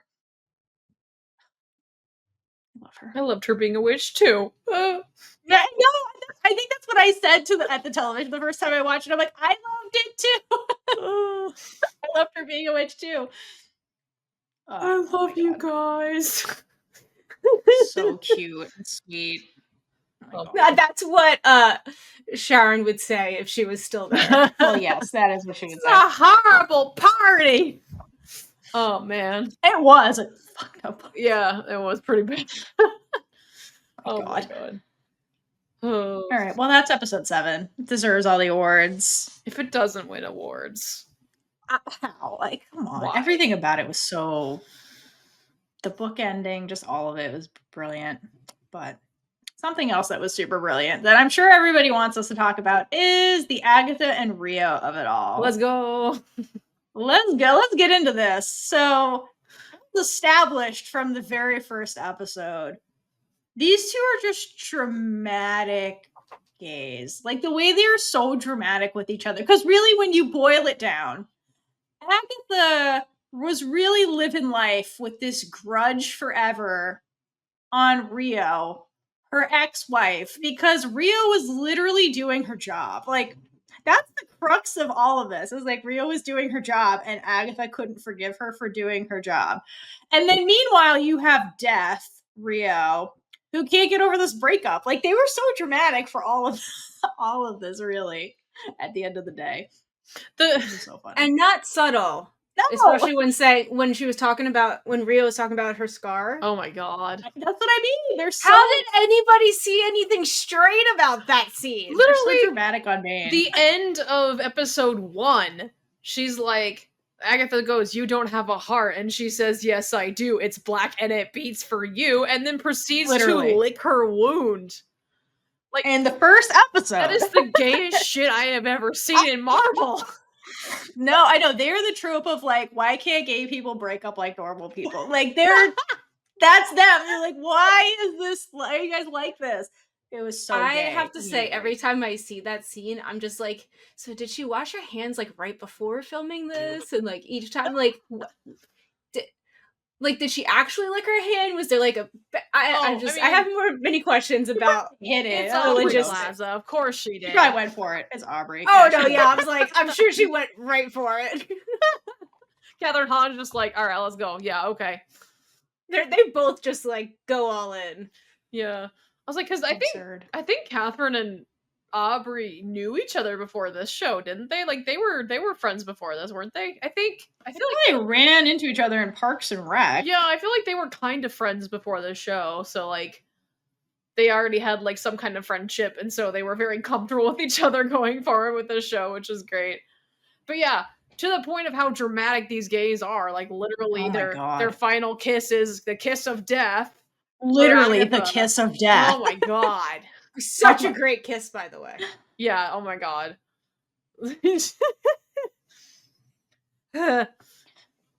just crazy. But yeah, I like the way, but like, again, I think the reason you could like not read into it, it's because it's Disney, and Disney's such cowards when it comes to queerness that you're like, they're not going to make them queer because this is Marvel and Disney. Like, the dude bros will throw a tantrum at this. And then, no, like, it was very textually, not subtextually, textually queer from the beginning. And not just these two, but then you also have Joe's character who's just queer the whole time, even has a boyfriend. You get to see him with his boyfriend, and it's like totally fine. And then you have freaking Agatha out there being like, if you want straight answers, don't ask a straight lady. Like, don't ask me. Like, you just like lines like that where it's just like they're just being messy gays everywhere. Like, oh my which gosh. I love. The scene when Rio shows up for the first time to take Nicky, and oh my gosh, my head just wanted to say Kathryn. Agatha is like, I forget if it's with the first part of it, but I think it's something like, please, my love. And Please it let just him live, yeah. oh Yeah. Let's get into that. Okay, so Nicky is Rio and Agatha's son. Thoughts? I have many Yes. thoughts. I have so many. Many thoughts. Let's oh do my it. god, no. I do thought it. that was just something I created in my head until I think you're the one who said that. Someone said it, I was like, oh, I'm not crazy. This is a thing. Okay, cool. Oh yeah. My mom did not get that. I asked her at the end because I was like, I'm going to see if you put something together. And she's like, what? And then I had to explain some stuff. And Oh yeah. she's like, all right. And then went to bed. I mean, All right, Alayna. first of all, the resemblance is like oh my like god, side by side. seriously. You put Actor they picked was like a combination of Kathryn Hahn. that's what I'm saying is like the resemblance For sure. insane. Oh man, I need to look this kid But again. also when you think about it, who the fuck else would she have gotten pregnant with? Like Right. seriously, It doesn't make any sense. It's magic. First of that's all, my real There's so many- question. Okay, no, like literally no one. But can we talk about the fact that when Agatha goes to give birth, she does so by a river, and Rio means river. Oh. Holy shit! Yes. Holy shit, Theora. See, Okay. Can I say something else? I have many thoughts, but yes, go ahead. The way I put that together in my head is when Nicky is singing and then he's about to like finish the con and he's like, mother needs me home, and his mom's sitting right there being like, what the hell is happening? And then later that night Rio comes to take him from that place. He needed to be there so Rio could take it. And Well, yeah, the other thing about that is mother. yeah, He doesn't call Agatha mother. That's what I had to explain to my Mother mom. is When you Rio. have two Yeah. moms, you have to have Yeah. He calls her mama. Exactly. So yeah, Agatha heard that. She's like, oh fuck, dad's coming to get you. Okay, let's go back to the by the river. Okay, let's go back to this. So she's giving birth. First of all, Marvel / Disney, thank you for giving us a realistic birthing scene, because pregnancy's horrible and so is birthing children. And like they did that and they're like, blood everywhere, crazy amount of pain. This isn't some beautiful magical shit. Like, thank you. That was pretty realistic and it's horrible. So just shout out to whoever made that decision. They did not shy away. Also, it is traditional folklore. I think it's witch folklore that witches give birth in the forest alone. I think that's a traditional folklore thing for witches. So it's like also somebody on the Disney team or Marvel team did their research on witch folklore. So appreciate that. That's interesting. Absolutely. I figured that had to do with the fact that like dad's a green witch and green witch is earth and nature and life and death and all that kind of stuff. All the things. But yeah, all the things. Okay, let's talk about that. So then let's talk about the fact that, okay, we've established that like Rio's the dad, let's be honest, because magic. And she basically says, I made you from scratch, meaning like that applies to me a non-traditional way that you were made. I made you from me and her magic. So like, yeah, from scratch. I thought she said I didn't use magic. I said no incantation. Something. She said no incantation. Yeah, she didn't. No, didn't do anything. The other one. Anyway, yeah, she said nothing. Well, made you from scratch. So also, just a little note, Nicky, the night that Rio does finally come to collect him and he wakes up, obviously it's kind of in like the spirit world or something, like he's already dying or something like that, like, but he basically greets her like an old friend in a way. Like he knows her. He doesn't do, like, you would almost think like in a regular story, you'd be like, who are you? What do you want? I think it's like from the get-go, he knows he's dying. He knows he's not going to live very long. He knows that he's sick. I don't know if he knows like he wasn't meant to survive the birth or whatever. I don't know what all he knows, but like he knows that he's dying. But he basically greets Rio like an old friend almost, like he knows who she is. So it raises the question, does he know? You are my dad. You are my dad, Boogie Woogie. Sorry, that's I don't know what he knows consciously or unconsciously. That's a good point. But he definitely knows like a feeling. I think it's a feeling of calmness around her. I don't know. He like listens to her. When he sees her, she's like, shh, and then like kiss your mom. Like she like almost like they've interacted before. Yeah, and then he takes her hand. Maybe she visits him at like night in his dreams. I think she or something. does visit him. Yeah, so she's at least familiar to him. Like he recognizes her at least in some degree. Also, just like you look at Rio, who we see like in modern day, she's like kind of terrifying, very like unhinged, like, and it's great. We love Aubrey Plaza playing an unhinged character. But you see her like when Nicky is alive, and she's like in this very soft green robe, like face fully like not the death mask. Yeah, like just fully. Yeah, she doesn't scare him. Yeah, she's like such like she almost looks like a gentle mother in a way. This is the best way I can think of describe it. She looks like a gentle, kind person, like not at all scary. Yeah, you see her step into that parental role with telling him to like go kiss your mother goodbye. Like it's just something a parent would do. Like, okay, before we leave, go kiss mom goodbye. And then yeah. And then she takes his hand and they walk away together. It's like, oh my god. So it's like, I don't want it, but then I also love it, and then I just want them to be together. And now, well, technically they are. Yet, but here's the deal, though. So, like, let's go back to the birth, because the other thing I want to add about the birth that sets this up too. So, like, Nicky was meant to be a stillborn. Yep. That's the whole thing. He was supposed to be dead when he was born. So, like, as the son of death, this made sense. Like, he was born as death. Like, so that made sense. And that was always his, like, his thing. He's the son of death. And then Agatha is like, no, like, what the hell? Like, please don't do this. And so Rio's like, okay, I mean, he's the son of death. He's going to have to come to the underworld at some point, but I'll give you time with him so that you can like have time with him before he has to come to the realm that is his. Like, that's kind of like was my read on it. Cause like he was always meant to just be born. And that's the balance of life from Agatha and then the death part from Rio. And like, that was always his fate. So I wonder if she like prepped him for that throughout the night sometimes to like make this an easier transition for him. Like, you got to come home. So then he's like, mother wants me home. Like, yeah, that's his home realm. Like, he was supposed to immediately go to the other side or whatever. That was always meant to be his home. And like this thing with Agatha was always temporary. And that was the part Agatha could never get over, that this was temporary. It always was. And that's the tragedy of it. Deep and very plausible. That makes a lot of sense. Yeah, plus Rio, like in episode, I think it's up like episode 8, maybe the beginning of episode 8, she calls Nicky, like she calls him Nicky. Right. Nicky. She's like, why do you let them believe those things about you, about Nicky? Like I mean, you could easily chalk it up to like, yes, they were lovers and maybe she's very personable with all that, but like that sounds like a mom talking about her kid to me. Yeah, I agree. So I agree with that. Oh man. So yeah. And then it's just what I liked about this story with Agatha, because again, Agatha is the protagonist of the story. And what I like about it when you contrast it with WandaVision, because WandaVision also, because with women, you can't have plot lines that are that deep. So with WandaVision, it's like mothering. Yes, that is what the plot is. Like, she can't have biological children, therefore feels like a failure. Can't keep her husband alive. Oh my god, the wife is failing. That was basically the plot of WandaVision.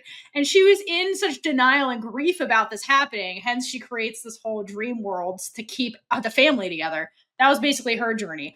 Whereas, like, Agatha, again, similar kind of thing, but like, it's about the grief that she felt and the way she couldn't reconcile that grief. And that blew up the marriage with Rio and like put her on this killing spree where, like, to honor her son, she like uses the song they made up together to like become powerful and kill witches and stuff. And like, she just is a woman that could never process her grief. That's really what it was about at the end of the day, which it's a very human thing. And so I like that, like, that was the story. It wasn't this like good versus evil, like, thing. It's just emotions are the real horror of the world, really. That's like what Mike Flanagan gets right about all his horror adaptations. It's like, emotions are the real villain here. And she just couldn't get over it ever. And just coming back to Agatha and Rio, like, for decades, basically, or centuries, like, it was always like Rio being like, she'll come around eventually. She's got to come around eventually, because she's like, she was very honest. She's like, this is what has to happen. Like, why are you personally blaming me for like nature. Like, I'm just the messenger doing my job. And so, but it finally gets to the point where like where they have that final discussion, and Rio's like, Agatha's like, don't come for me when I die. And Rio's like, fine. You won't see me when you die. Like, that's it. Like, we're done. She's like, I've had quite enough abuse from you. And like, I like that she finally gets to the point where she's like, no, this is toxic for me, death. I'm not coming back for you ever again. Like, this is it. So I do like that Rio stands up for herself, because like, wow, that's a lot of abuse to take for hundreds of years from like, she didn't do anything wrong. She even like broke the laws of nature to give you time with your son that you weren't supposed to have. Like, she did bend the rules for you, and then you still ice her out for like centuries. Like, that's so fucked up. That does. Poor Rio. It kind of raises the question just in my head of like, because we know when Nicky's alive that Agatha is already killing other witches. I don't know, like, did that start after Nicky was born, or was we don't really know, like, was she always a witch killer? Because I don't know. I'm like, I'm trying to think of the timeline here.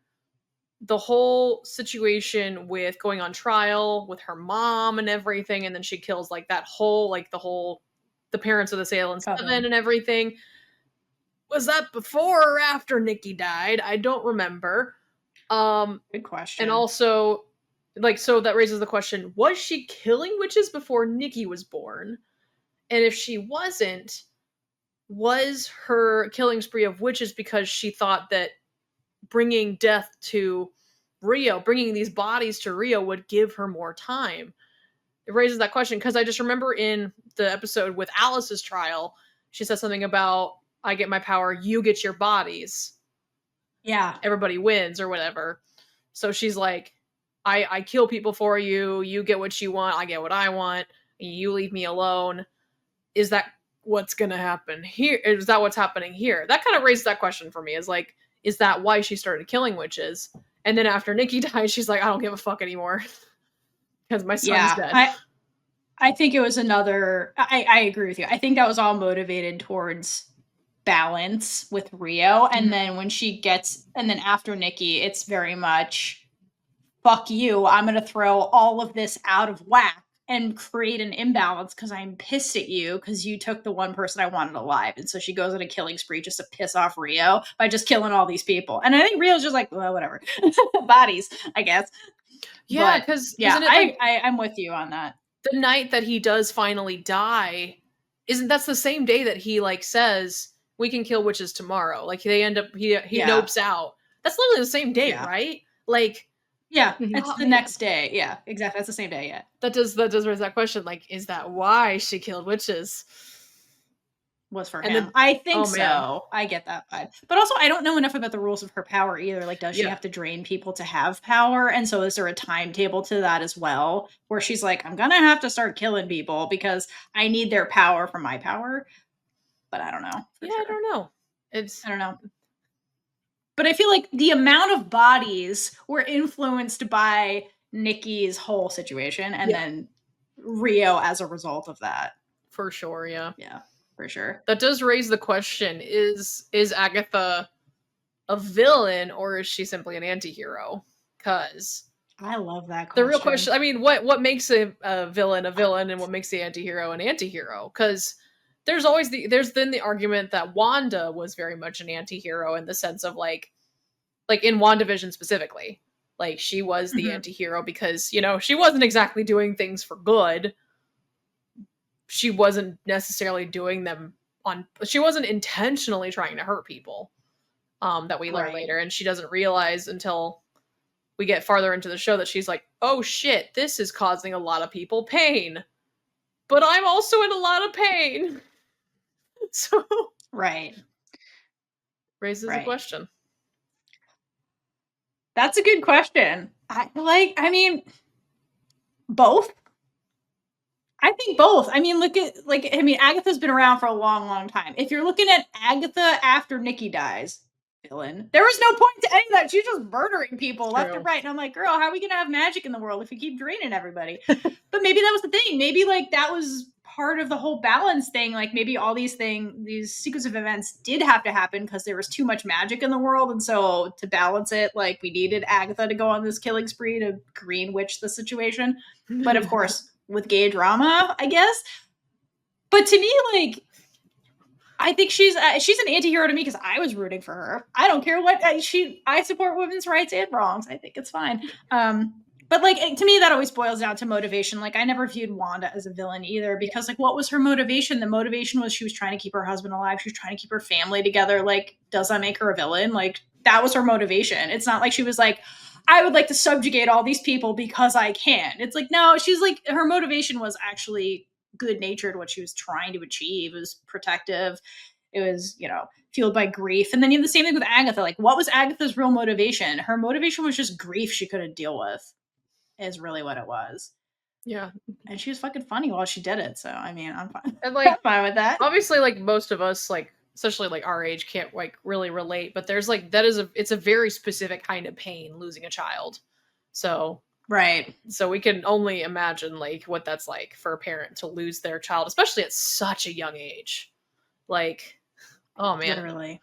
So yeah, he was like all she had too. Like, I mean, because like I assume this was after her mother tried to kill her because she was like homeless, wandering village to village, like just looking at that lens. And she seemed like the lone wolf in survival mode at that time when like women couldn't have jobs and shit. And so like she was doing her best by herself, on borrowed time.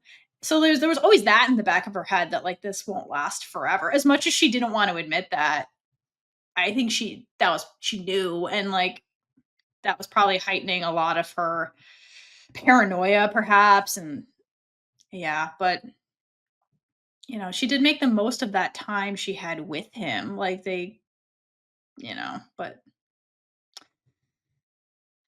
I like Agatha. I don't care. I know. She's funny. This also raises the question of the true meaning behind the title of the show. Was it really Agatha all along? Because, so, obviously we learn, like, the Witch's Road, it's all a hoax. Her and Nicky made up this ballad, and now she's, like, just bullshitting all these witches to, like, to freaking, like, suck their power out. And in the end, we learned that it was actually Billy all along who created the Witch's Road. Like, that actually made it, unbeknownst to him, that actually made it like a real entity. But again, it was Agatha all along who created the ballad. She knew about the road and she knew about that something was up with Billy, or something was up the whole time with, like, first of all, this road does not exist. Why the hell is there an actual gate here? What is happening? Can we talk about that scene? My favorite like meme on the internet is her opening the gate to the Witch's Road in the cellar or whatever, and like the caption is like, when you lie on your resume and then you have to like perform the job. It's like rather like, oh shit, like I guess I am the expert. But like, okay, there are hints at it towards in the actual show, and I forget which episode exactly, but they're like in the Witch's Road and they're talking about the lyrics, and somebody asks Alice because her mom is the one that made the popularized version. And they're is it this word or that word? And Agatha's like, it's this word. And then they're like, it's either two or together or something like that. Something like that. And like basically everybody else is like, we think Alice would know, her mom created the song. And Agatha's like, okay. Because she actually created the song. She's like, it's this. Oh my God. I created it. But anyway, so like there are hints that it was her all along. Like, but it's so funny. The way she just kind of goes with it. She's like, well, fuck, I guess we're doing this. I guess this is She's real. Good at sitting back and letting other people lead to their own demise. She lies by omission a lot. Yeah, she's like, I love. Also, imagine being her, and she's like, what is happening? Like, when she gets in the tunnel and like it closes, and she's like, we are sealed in whatever this. Oh, imagine being her. Like, she kind of has to keep this to herself and to try to detective the situation, be like, I am the only one who's aware that this isn't normal, and I have to pretend like it's normal, but like figure out what the hell's happening. It explains why she's so panicked the whole time, because she's like, I don't know what's happening. Like, this shouldn't be happening. Just damn. Imagine being aware of that, and like everybody else is like, yeah, no, this is a thing, and she's like, oh my God, it's not. So like, it's so crazy. That does give me a thought. First of all, this show is like really good. It's so rewatchable just to like go back and like look now that you know, okay, Agatha knows like it's not real, so Agatha knows that this is all bullshit. So just like picking up on all those little hints that Kathryn Hahn's like acting puts like into the show, and it's like just so good. And it's so just good. like going back and like having that knowledge now is like it turns it all into like a dramatic irony of like, okay, all these characters do not know what's happening, but I know as the viewer now, oh my god, what's happening. So that's really fun. But then like so fun. Oh my god. No, I just blanked. What was I saying?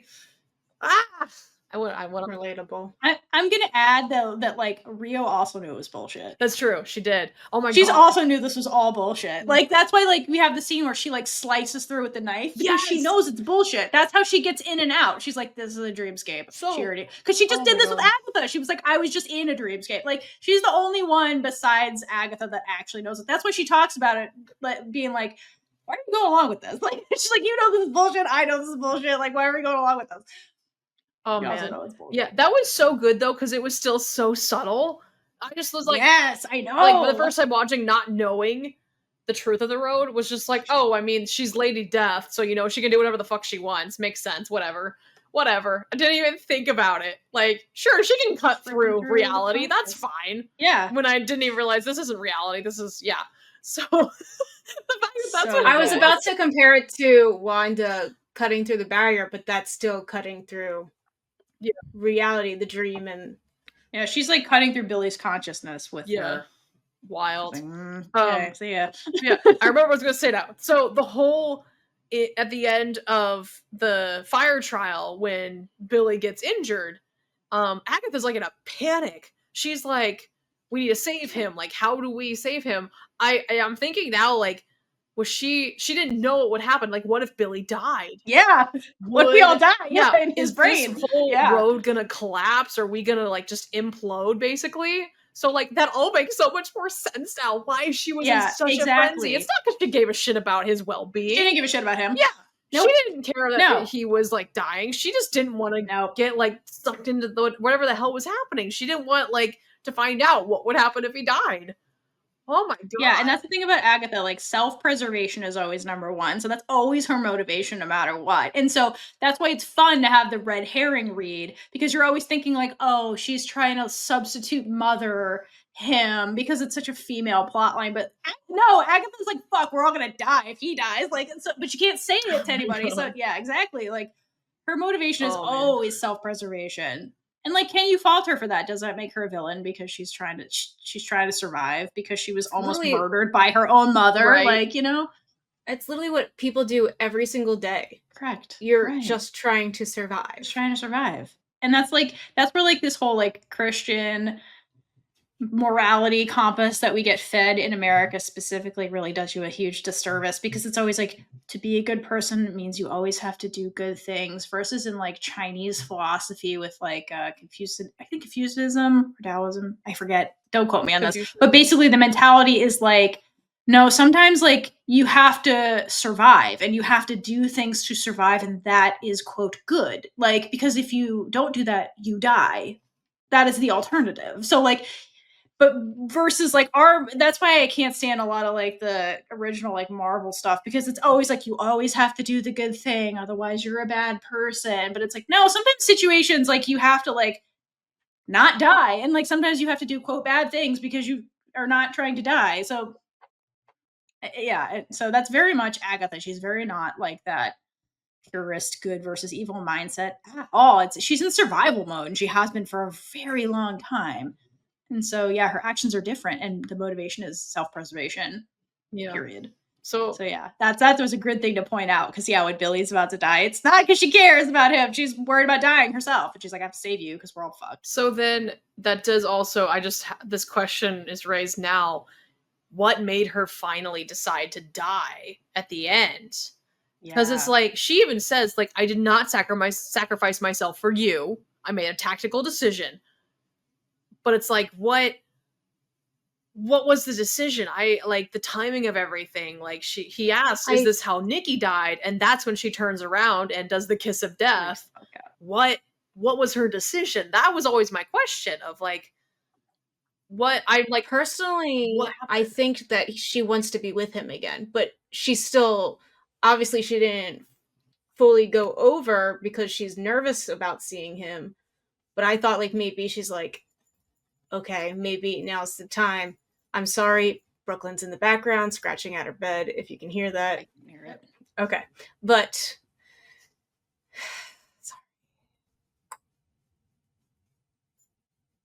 Damn dog.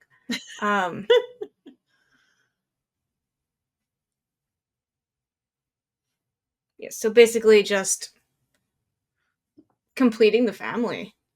Just being like, I'm so sick of running self-preservation. Because, like, it's exhausting having to always be on her game and keep surviving. Oh yeah, for sure. I don't understand why she's so nervous to see Nicky though. That's the part I don't understand. Yeah, I don't Understand that. Does she feel aspect. guilty about, like, About the what? murdering? Yeah, it kind of is like About what does she feel guilty there about? seems like there was this moment towards like the end of Nikki's life where she started to like see that he was looking at her in a certain way because she was a killer. And like, is that all that he saw her as? So I wonder if maybe that's part of it. Yeah. Or is He it started questioning more why they kill witches. Yeah, because he was asking why do we have to kill the witches? Why can't we just survive with them? And every reason she gave, he didn't really seem to totally buy it, obviously.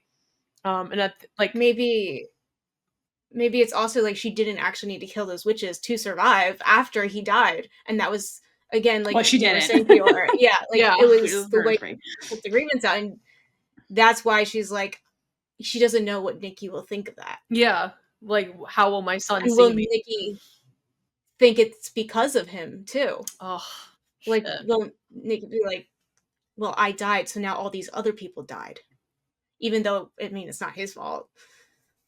It's true. I don't know. There's a lot of reads you can do into the show.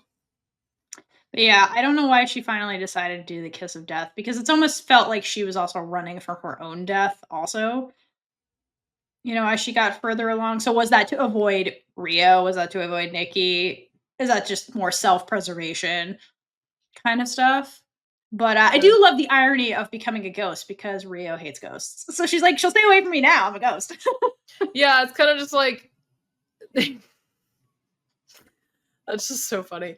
Which is again, it's canon to the comics. She comes back as a ghost.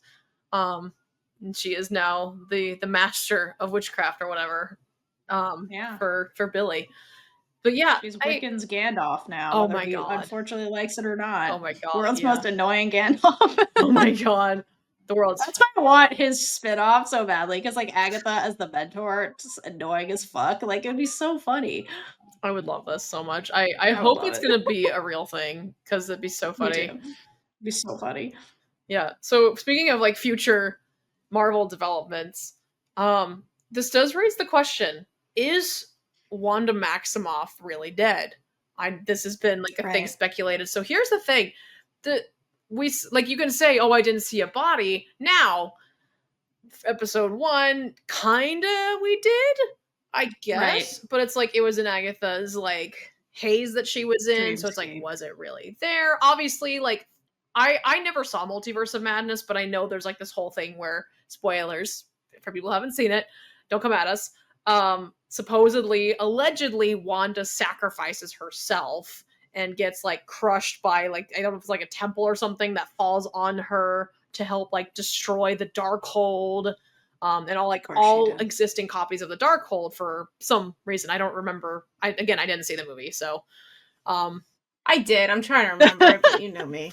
but yeah, supposedly she sacrifices herself, and that's like what leads into this whole story about like the Darkhold and like the library. Like half of all the shelves are burnt because there was a fire.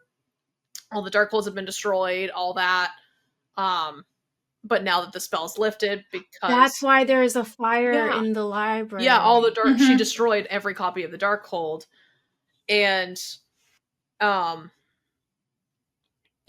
just like, where am I going with this? So Sorry. no, you're good. The fact that Wanda is supposedly dead, and now we see this alleged body in the show, which I understand now. Like, they were like, what happened to her? Blunt force trauma. Supposedly she was crushed by something. I was like, oh my god, that makes so much sense. She had a whole temple fall on her. Holy shit. So clever writing, Jack Schaefer. Well done. And just and somehow Agatha knew this without being aware of the real world. Yeah, so it kind of raises the question, like, is she actually dead? Was that a real body that we saw?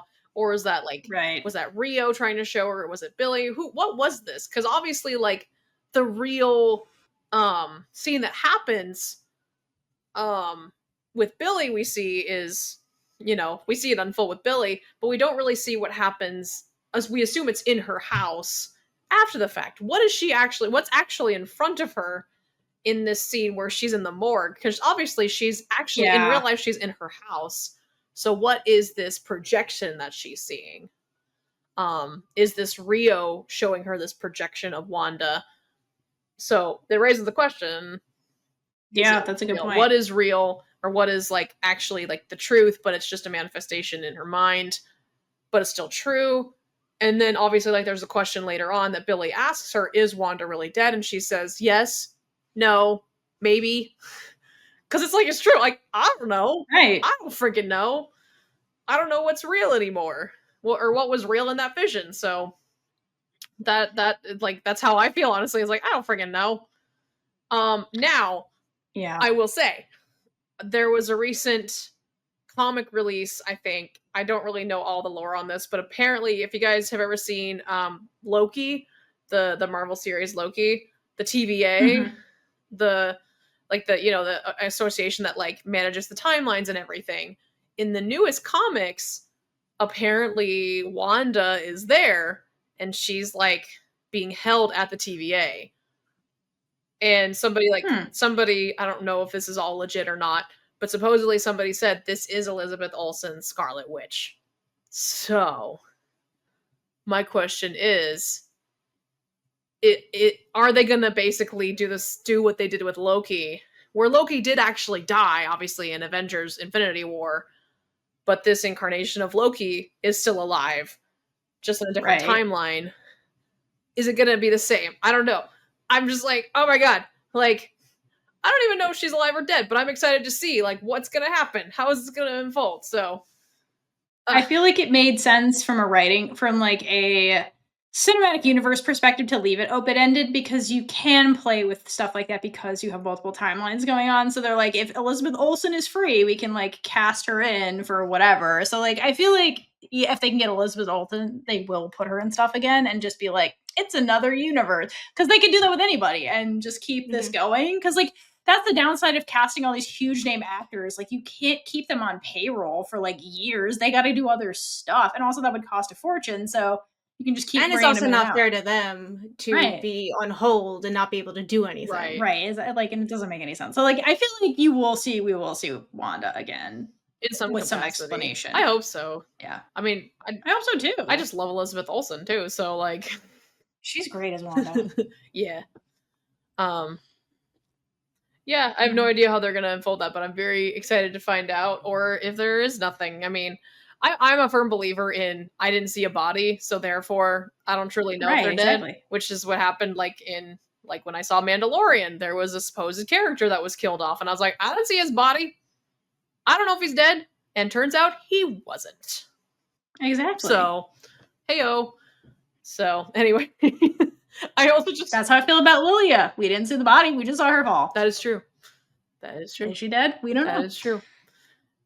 Okay, we can move on now. But going on the side of life and away from death, to quote one of our listeners, TikTok user Natasha's wifey, who commented about Agatha All Along, why do you love this? This listener wrote, Joe Locke, just Joe Locke. So let's talk about Joe for a minute and give him some, like, love. I will say, this was airing, like, the week by week of Agatha All Along was airing at the same time that Heartstopper season 3 got dropped, like, around the same time. It wasn't exact, but around the same time. So I was watching Heartstopper and this at the same time, and it was really weird to watch Joe with completely different accents in two different, like, I was like, damn, like, wait, what? It was just fucking with my head, like, watching him do two different accents at the same time in two different shows. but he did it well. Good job, sir. I know the American accent was initially so jarring. Just It was weird, yeah. but it It's was very just like, weird. okay, all right, Okay, but weird. I keep going back to Heartstopper now. I'm like, wait, why the accent? Oh, wait, no, that's his voice. that is him. That is him. Or it's like, But he was so cute. I loved him in this show. I thought he did such a good job to like. It really gave him a lot to work with as an actor and showcase his range that he can do. And so I was really happy because like for some people this may be their first introduction to Joe. If you know you didn't watch Heartstopper, so anytime you get on the Marvel stage, it's like you're going to be exposed to a really big audience. So what a role for him to like step into, you know, on that kind of stage. I was really proud of him for how he did this. oh my god, yeah, It was great. especially because it's like I feel like I feel like he really grew into the role, especially like as the show progresses, you can see him like just growing more and more into himself as Billy, I think. And maybe that just kind of falls into place with the actual progression of Billy's character development, maybe. But like That's true. just the moment in the final trial when they're like trying to find Tommy and everything in Billy's mind, like just that whole execution. And then I just this whole scene I thought was like probably some of Joe's like best work in my opinion. Like that scene was like he literally just goes, Agatha, am I killing this boy to save my brother? And then he screams and then he disappears. And I'm just like, whoa, Ooh. holy shit. Like, well done, Joe. Just well done. That was beautifully executed. So Yeah, I loved it. I loved that he got to play another queer character, yes.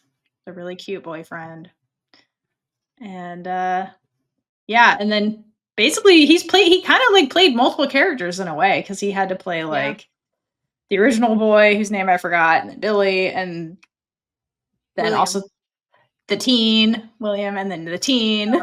Who was like really a different person too. Yeah. Like if you think about it, because like teen was an identity compared to like Billy, whom he wasn't super aware of that he was, and so there was a lot of nuance to what he had to play in this role because it wasn't really a straightforward character. It was like he was playing multiple people in a way that kind of like, yeah, it was just it was amazing. And then, how much did you enjoy him coming out in his Wiccan outfit? I mean, I was wondering when it was gonna happen. Cause like at that point, like we knew he was Billy, so I was like, oh, okay, so he's gonna be Wiccan. We know who he's gonna be. Now that we know he's for sure he's Billy Maximoff. And as soon as he comes out and like is like fully descending, I'm like, let's fucking go! Yes. I'm like, oh man, that was so good. What an entrance!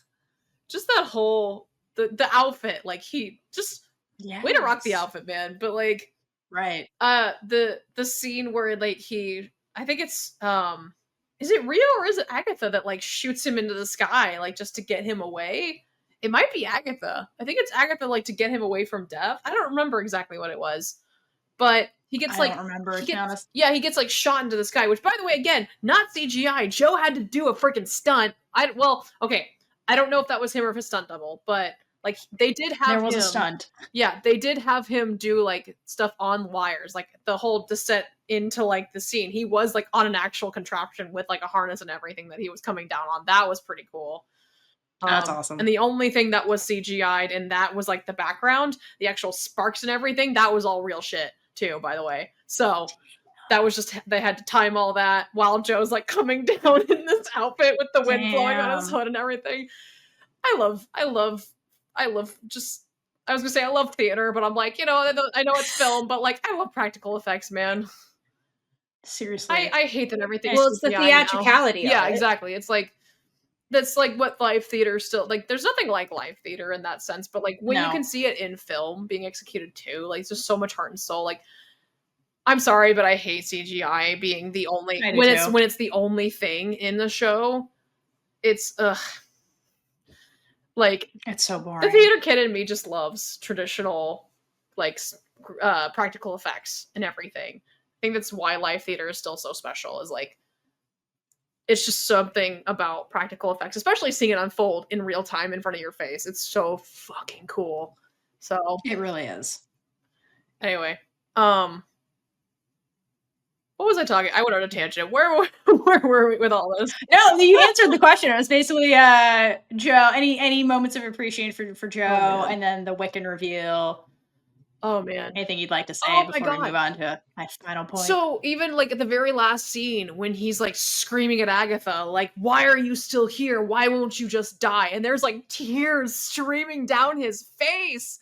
I'm like, damn, they got into it. Like that's just obviously like that's obviously like also a really good example of just like a great scene partner. Like just being able to play off of each other. That's like that had to also been really hard. How safe it felt on set. Joe is like really good about like being able to work like feed off of somebody else in the sense of like I don't know if how present Kathryn was in the scene when they filmed that part. I don't know, because obviously like she's supposed to be a specter in this moment, so it's like, was she actually like in front of him reading the lines in this moment? Right. I don't actually know. I'd have to go and look at that. But like he's done this before, like in season 3 of Heartstopper, when he's like getting all emotional in episode 2, he's like crying, and it's like such a beautiful performance by Joe. Kit was on set like reading lines to him, but that's all he had to work off of. Obviously, like there was not really anybody that he was like back and forth with in that scene, but he just like lived in it. So like I don't know if how much that was what happened in this scene, but man, I actually started feeling emotional in that scene, like listening to him screaming. I just felt it. Damn. I mean, you could just feel all the emotions that he's working with in that moment. Like, I'm a murderer. I just killed my friends. Holy shit. What even am I now? Oh my god. And like the frustration of Agatha just like in his face, like trying to stop him from doing something. It's like, get out. Leave me alone. So, oh my god. I felt there were a number of really powerful performances throughout the show. That was probably Joe's like peak emotional performance. Like he was great throughout there. I just mean like so much emotion happening, and the way he executed it was brilliant. And then it went over, Patti Lupone stuff in episode 7. That was like her peak. She had peak emotional moments. There's one more person I want to give a shout out to in a similar vein, and that's Jen.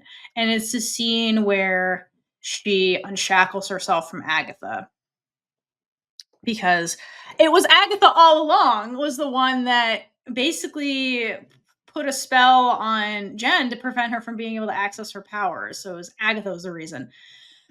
And this scene, the first time I saw it, so the way it's executed, like, again, the emotion in this scene when she is unshackling herself from Agatha and then is unshackled is just so raw. And it really hit me the first time I saw it. I didn't fully understand why it was hitting me so hard. And then I started to see some takes online, particularly from like Black people or Black women that were reading the scene. And I think this is so important. So shout out to whoever said this. This is not my original take. I've seen other people take this take. So basically the comparison when they were reading it was essentially that like the emotions that Jen was giving off when she's unshackling herself and then is unshackled was basically a hearken to like generational trauma from Black women in America, and how basically the way Jen was breaking magical bonds from Agatha was a similar way that like Black women broke the bonds of slavery and like the generational trauma of that moment. Because like coming from like generations of like mothers, grandmothers who were enslaved, like born enslaved, died enslaved, and then to be the one that like breaks free of that and to like have all of that weight and all of that emotion also like in you when you're like going through this. It was very much the way the performance was like being portrayed. And that point of view really changed. Then I went back and watched the scene after seeing that and hearing this, and I was like, wow, it adds so much to that performance and makes it so much more powerful. Because I'm like, this is coming from a place that's really deep and really dark and really real. And like that read fits so nicely. So if you haven't heard that take, like I encourage you to please go back and watch that scene because it really contextualizes a lot of that emotion in a different light, and it just like wow. And again, and I don't think it's a coincidence that a white woman, Agatha, is the one that basically enslaved Jen, and like she didn't realize it, and so like it just adds to that whole read of it, and it just the way she just oh my god, like a performance for this scene, like that was Jen's like biggest scene, and it was just so well done and executed and just raw and real, and I'll never be over that scene either. Just chef's kiss. Yeah, that was the like Sashir Zamata was just phenomenal in that moment. So good. Just the way that she like, especially progressively, like saying the same phrase over and over again. Yeah, exactly. You hold like, nothing, I think is what she says. You hold nothing, and just getting louder and louder and louder. Just like it really speaks to like all of that. It's just so beautifully done. Just the emotion behind it. You could tell she felt all of that.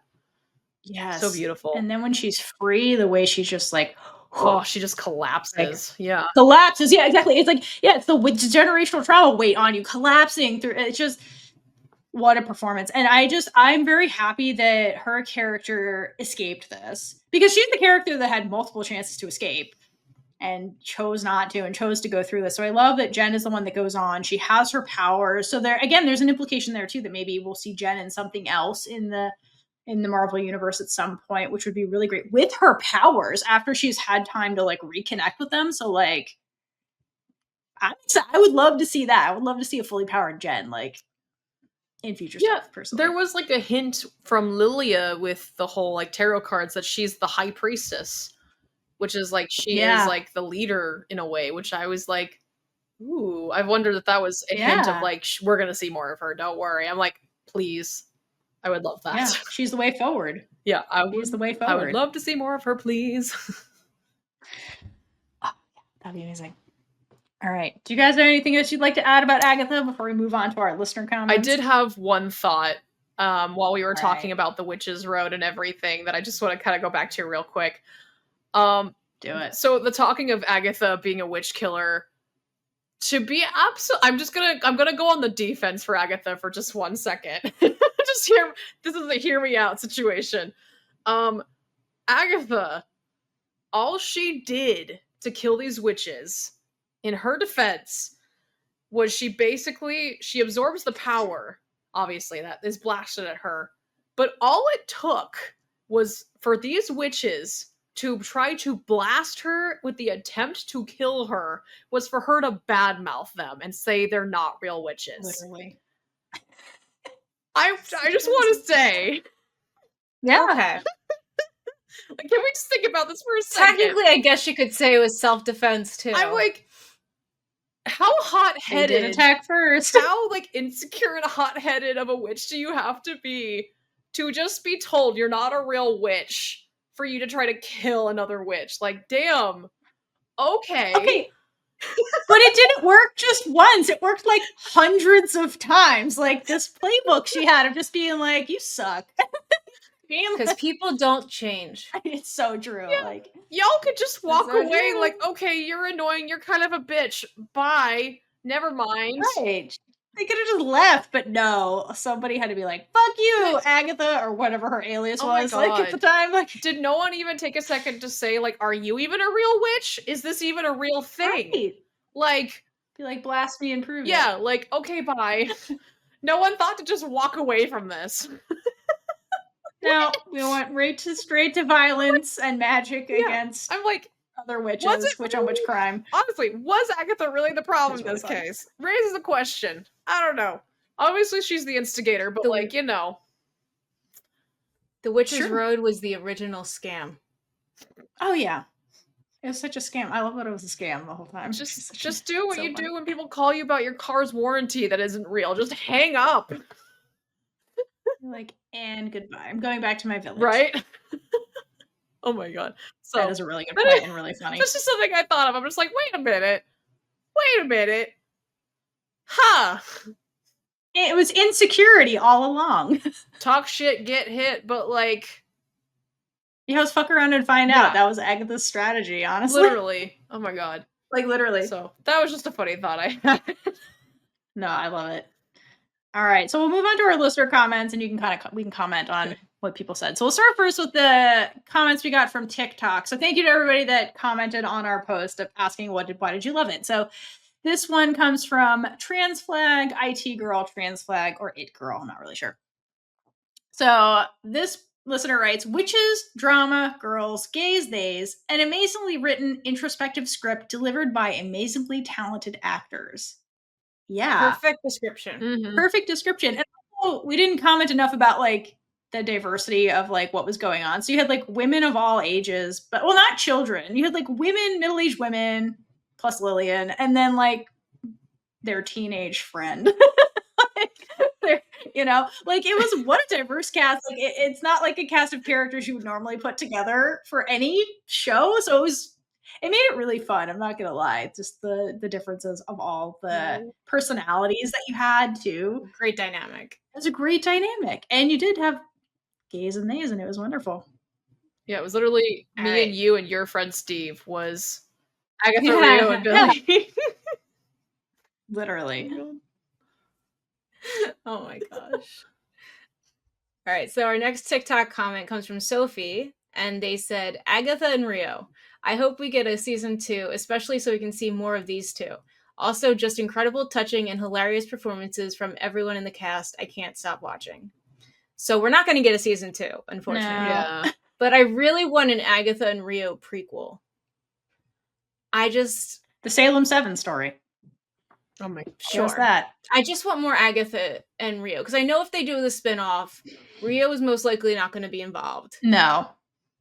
Yeah, if you get the going to be story. a ghost. It'll still be fun and funny to see them, but I know I'm like being greedy now, but I just really want to see more of Agatha and Rio. Even if they just made like a comic, like a Marvel comic of a comic would be great. I mean, Not it would make sense. Yeah. I would love that. I just want to see it though. You can see it in a comic. I know, but not the actors. But Kathryn Hahn, they drew it Aubrey like the Plaza. actors. Yeah, model it off of them. Yeah. Yeah, I think a comic would make a lot of sense. Because, yeah, I know there's the rumors about Wiccan getting a show, like, you know, spinning off, and then, but he would be the focus. And then, like, you're right. We would have Agatha, the mentor. She's the Gandalf figure there. But Rio wouldn't be involved at all. And, like, then people would complain and be like, well, there wasn't enough Agatha and Rio. And it's like, it's his story. Like, so. But anyway. Yeah, I don't know that we'll get a season 2. A prequel would be cool, but I'm satisfied with the story that I got. I like that it's open ended, personally, because like I'm a greedy bitch. I know. I wouldn't sneeze at it. I'd be happy with it. I like the story we got. I thought it was good and very like metaphorical and stuff, and I like that about the way their relationship unfolded. But yeah, more stuff.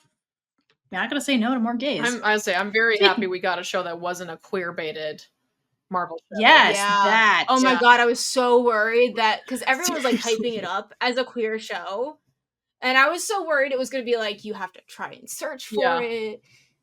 Nope, it's just gay. I mean, I knew that Joe's character was going to be explicitly queer, so I was like, already you're not queer baiting because he's in it. Yeah, like we knew, but like from the comics, we know like Wiccan is an openly gay character who has like a partner who eventually becomes his husband and everything. Like he is a canonically queer character. I don't know he's canonically queer. Anything about Agatha's character in the books the comics, close enough, about like what her sexuality is. I don't know anything about any of that. I don't even know if it's disclosed in the comics at all. Yeah. Maybe not. Yeah. I'm pretty sure I went into the show only knowing about Joe's character. Yeah. Everything else was a complete surprise to me. Yeah, honestly, same. I was not expecting any of the lesbian gay shit. No, me neither. I was so happy. It was a nice surprise. I know. And they even like they didn't really shy away from it. Like from like the beginning. No. So like episode 1 when Rio's like literally licks her palm and everything, I was like, okay, is this gonna be like the rest of the show is just like insinuating the gay shit, but it's never like explicitly said. Nope, they actually like make jokes about being queer. They make jokes about being in the closet, about not being straight. And then there is the full-on kiss of death and everything, and it's like, nope. I like that there was no actual queer bait. The only bait was like insinuating from the get-go, like, hey, please stick with us. Like, you're gonna like this, I promise. So I want to preface the next one that you're going to go into by saying, I love this name, and I Me laughed too. for a full minute when I read it. Okay, yes. The best username I've seen in a very long time. So this comment is from LL Cool Gay on TikTok. Amazing. This listener writes, an unapologetically queer show laced with magical overtones over a backdrop of loss and grief. Ding. It didn't take itself too seriously, but still managed to hit deep when it needed to. Just Another like their perfect name. description. just But like perfect description. Like, yeah, that hits the nail on the head. I agree. That it made it unique in many aspects, personally, especially in a Marvel Disney show. It was such a... It's a weird tone because it is such a balance. Yeah, it's beautiful writing. Oh, it's amazing. I love it. I love the show. yeah. I love that it's unapologetically queer. Same, like literally. Agreed. I love that this is becoming something in media, and that Marvel, being as mainstream as it is doing this as well. Because we've Right. seen it, like obviously, like with Heartstopper, of course, but Heartstopper is a much smaller show on a much more from an independent film company, which obviously Seesaw Films is notorious for being phenomenal with its films, but it is still a significantly smaller company than Marvel. It obviously doesn't negate like their value of any kind. That's not what I obviously am not trying to say that, but like Marvel is so mainstream and so like appeals to such a wide demographic, especially like Marvel, if we're going to be honest, mostly adhered to straight men originally. Yes. Like in its origins, especially like even like with the female heroes, like they very specifically appeal to, if you will, the male gaze with some of their outfits. So like and plot lines. Yeah, to fall into like a cinematic universe like Marvel that was traditionally more appealing to straight men and go with such a queer coding is such a big, like, I love it. I love that this is becoming a thing. Like it has slowly become like we're slowly edging ourselves into mainstream. Yes. And this is why it's important to have diverse productions, writers' rooms, people championing diversity. All right. So next comment is from Nunya, also from TikTok. This is our last TikTok. That's how I read it. That's the only way I could figure out how to think that's what it is pronounced as. It's just funny. I feel like they were asked to put their username in, and they were like, Nunya business. And then they just stuck with Nunya. It's funny. Anyway. So they wrote, it was unapologetically camp and queer, while simultaneously taking itself seriously. I think like especially a show like this with how whimsical, like it's all about witches. It is witches and magic. Like it is meant to be whimsical. It's meant to be wacky. Like that is just what it is. So, and again, I love that it's unapologetically like that. So, yeah, it was very, very fun. Well, thank you, everybody on TikTok. Now we're going to move over to Threads, and our next listener comment is from Kale Daru, who wrote, Patti Lupone, this is my answer to everything. Okay, well, I also love the energy of the show. Having something Marvel that isn't dudes or tech. I love that it focused on older women, not 20-year-olds. Thank you. Yes. This is one of my soapboxes. I appreciate this comment. That there is a sapphic relationship, that there is a diverse group of women in the coven. But mostly, I love that it introduced me to Patti Lupone, who has very quickly become the most influential person in my life. I love this. It's such a great comment. Also, I have to so true. Say that these Threads people are like really, really, they like took this like this assignment seriously. They're like, all right, what do I love about this show? And analyzed it.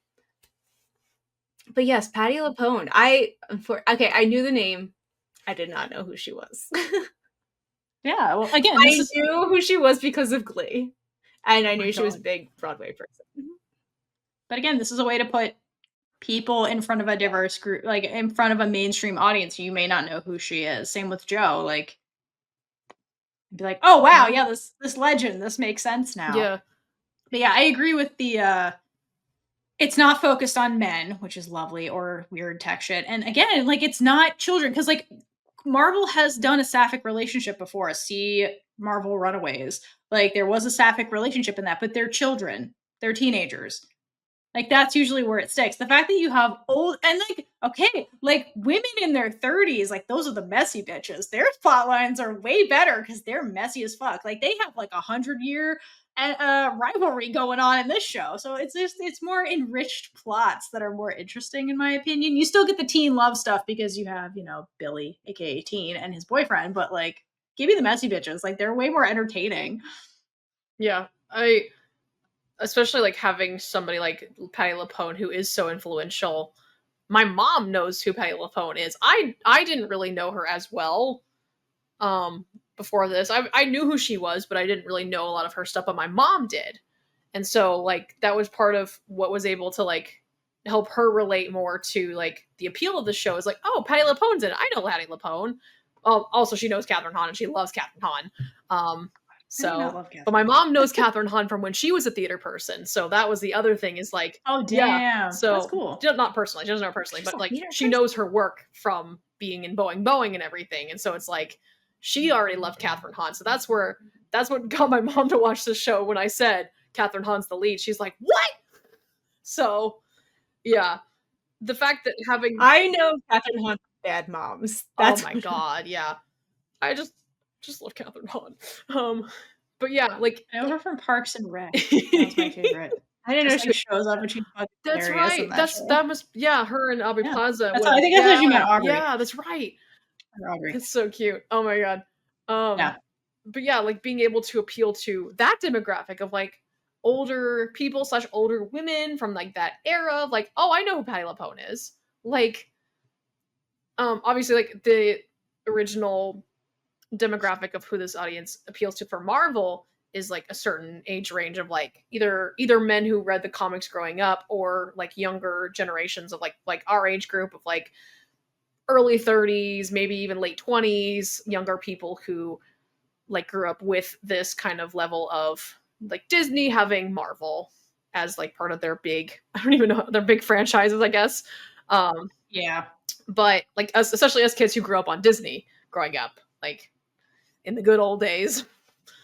But I love that now like they're expanding the audience, not just to like older people, but like to women specifically, to queer women, to queer people in general. Like they are expanding the audience with this show. And I know that was one of the things that they were really hoping to do, was to open more of this up to women, especially to appeal to women. So hearing any straight man complain about the show, I'm just like, it's not for you. I'm sorry. This show was literally not made for you. If you enjoy it, that's great. Okay. You have other shows, like all of you have a lot. Almost the entirety of the rest of the Marvel Cinematic Universe. You're fine. That's my little soapbox anyway. Next comment comes from Aracel. I fell in love with this show because it was all about women finding and owning their own power, but without centering men for like the first time in the MCU. It was funny and witchy and wonderful. I was entranced by Kathryn Hahn's performance and loved her relationship with Rio. The whole show felt like coming home to myself. Oh, that's such a great line. That's so cool. Yeah, I love that. Hashtag representation matters, bitch. Yeah. You have to add the bitch on. Yeah. You have to. That's the updated hashtag, everyone. Use it. Matters, bitch.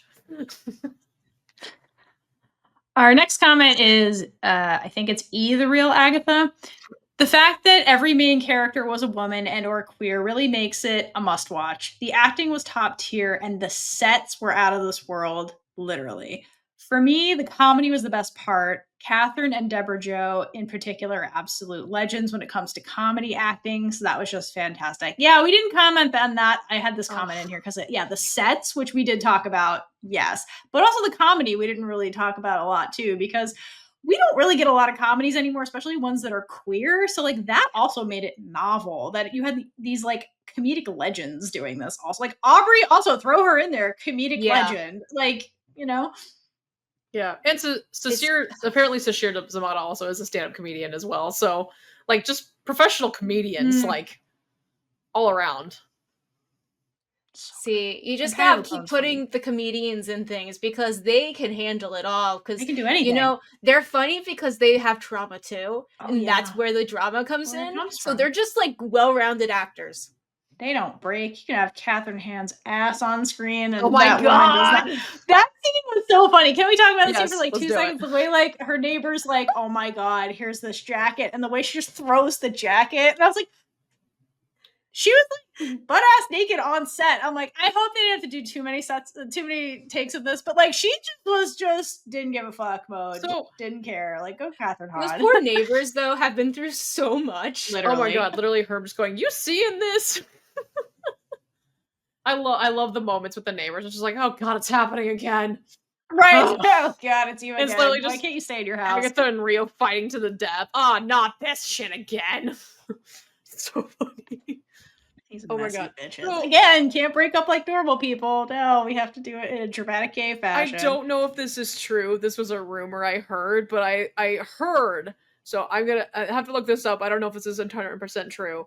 But somebody said that the whole idea of her showing her ass on screen was Kathryn's idea. I don't know if it's true. I wouldn't be surprised. But if it is, if it's true, if it is true, that'd be so amazing and hilarious. And like, yes, queen. Like, no shame. Hell yeah. Sure, whatever. You gotta do what you gotta do. Hell yeah. That scene was hilarious. Because the poor neighbor's like, please cover this up. And she's like, no, without saying anything. And she's like, fuck that. And just kept going with whatever she was talking about. Like, no. Cover me up. So fucking funny. Next comments from Chamberlain Constance. The music for sure. The way tarot is woven in. The way it's all elements of Billy's life on display in his room. Oh, man. His room is very interesting. Because it's when he's William, the room is a lot more plain. Mm-hmm. And then when he has the identity crisis, like, who am I? And is learning that he's Billy. Well, this is before that. It feels like he's collecting all this stuff to try and find himself. And that's just why there's so much up there. Mm-hmm. Can we just... Yeah, it's a really good Can we just shout out Billy's parents, like William's parents for a second? Like, talk about amazing parents, like fully supportive. Yeah. Like, they know he's been through shit and they're so worried about like making him, like, literally when he comes home from the hospital, they're so worried about overwhelming him. They're like trying to not like overcrowd him because they know he's been through so much. Literally, like when he's in the ambulance, this also just shows like the quality of the acting of these actors, like just well done. Like, but when he's literally in the ambulance, like panicking, you can tell he's panicking because he literally just woke up. He's like, I don't know who the fuck I am. What? Why am I staring at myself? Who is this? What is happening? So he's like panicking, and all the mom is doing is just going, it's okay, it's okay, like very quietly, like not trying to be in his face. Like that is how you would keep somebody calm. Is like you act like everything is fine even when it's not. Like, because obviously it's not their fault. He could hear their thoughts. Yeah, right. Yeah, that was real sad. Although, did he? But yeah, I don't think he could in that moment. Could he? No. Yeah, when they take him home at home, and they're like, he's so overwhelmed because they're like, "Give me my son back," right? And all of that. Oh my god, because they're panicked. Because they're like, it's fine, but they're like panicking on the inside. And then when he says, "Maybe you're right, Mom. I should just go to my room." She's like, "How did you?" Yeah, that was. But she doesn't question him any further. She's like, "That's what he needs right now." Yeah. And you know what? She might need to talk to Jane. Honestly. Heartstopper. Yeah, to Jane. Oh, okay, the mom. Oh my god. I thought you meant like the therapist. So I was like Susan? The fact that anyway. Yeah, oh my god. Susan, I love Susan. The fact that Billy even says, like, Wanda's not my mom. I have a mom. Like, I mean, entirely valid when you think about it. Like, he doesn't remember Wanda being his mom. He still doesn't remember anything. He just knows he's Billy. Yeah. So he's like, no, who I don't remember the character's name, but like, no, Mrs. Kaplan. That's all I can think of. Mrs. Kaplan. No, she's my mom. And just how like fully supportive and like there is no like doubt about like his interests. They fully support him in his interests, and like they love his boyfriend. They even like treat his boyfriend as one of the family. Like when he comes home, they're like, "What, is Eddie not coming?" He's like, "No, he had to go home." He's like, "Oh, but I even cooked his favorite meal." That's so But cute. that's also like good representation for adoptive parents because my they God. are the real parents. It's not like being a birth parent does not mean that they're your actual parent. Right. And I love how that's like subtly put in there too. That too, and also just like again on a mainstream show to just have the representation of like we're fine with our queer son. Yeah, it's not even a question. It's not discussed. It's just like you said, through all of that dialogue and through their actions, you see that they're fully supportive. And like again, you go into his room and there's like trans flags and things like that. It's just that is really important in a mainstream show, given the state of the world and the state of America at this particular time. I think that is really important and really powerful to just have in a Marvel show where it's going to reach a lot of people. Yeah, also a teenager who like genuinely loves his parents. What? Who genuinely loves right. Also that too. an only child teenager who actively loves spending time with his family? Huh? Right. Show this more so kids know that it's okay to love your parents. Yeah. It's okay to enjoy spending time with your mom and dad even when you're a teenager. Even when you get older, it's great. I feel like right now media is skewing the way that kids are behaving because they're like, oh, well, I shouldn't want my parents around. I have to be cool. And that means making fun of my parents or talking back to them. Like, that's just what happens when you get older. Well, it's like, again, you transition from like being fully dependent on your parents and then to becoming an independent person. So as like humans are transitioning, they're like, you're pushing boundaries to see how independent you can be. And that's where the fight, talking back and stuff comes from. It's like it's an independent person and like they're learning how to do that. And so there's like growing pains involved. But like usually media is like very heavily skewed towards, it's usually from the point of view of the child. And then you're just like on their side. The parents are the villains automatically. And it's like, that's not real life. It's like real life is shit like this, where it's like, yeah, you're going to butt heads sometimes, but like, this is a family that was supporting each other and all that kind of stuff. That's part of it too, that we also gloss over because we just focus on the angst part of the angsty teen, in dramas. But anyway. Okay, last comment from Threads. This is from Heather W. Eluzadum. I tried. Okay. Eluzio? Okay. Yeah. This was the first time I saw a real deep romance in the MCU. Agatha and Rio were passionate and tragic with amazing chemistry, whereas most MCU couples up to this point have been cute or sweet, loving but chaste at best. They had depth and fire, and people absolutely went feral over them and their story. And it was so refreshing, especially for a sapphic, non-teenage couple. Their characters are one of the main reasons I watched. I really wanted to know more, and I hope Marvel continues to flesh out their story because there's so much more we don't know. Just give us more adults in realistic relationships. That's all I'm asking for. But yeah, this is a really good point about like the way relationships are often portrayed in the MCU. It's very Disney, where it's like I saw them once and that was it. Like that's the romance. It's like, okay, it's like they don't barely interact enough for it to have a depth relationship. Like this went back centuries and stuff, and like you could feel it without even knowing that like there's some deep fucked up history here between these two, like immediately off the bat.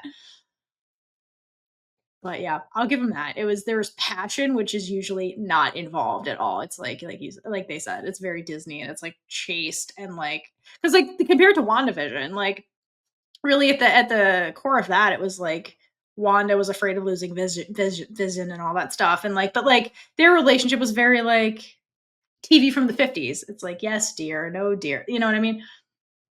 This was like I will stab you and you will like it. I will stab you and it's kind of hot. Right. Like in a grave. Wait, okay. I was like these what is it that Jen says at some point? She's like, I don't know if I should be scared of her or I should ask for her phone number or something like that. Oh my god. I love when they meet Rio and they're like, I mean, I get it. Like and then they're just like, yeah, she's hot, I guess. Like all the women. That was so funny. Yeah, she's like, what can I say? I like the bad boys.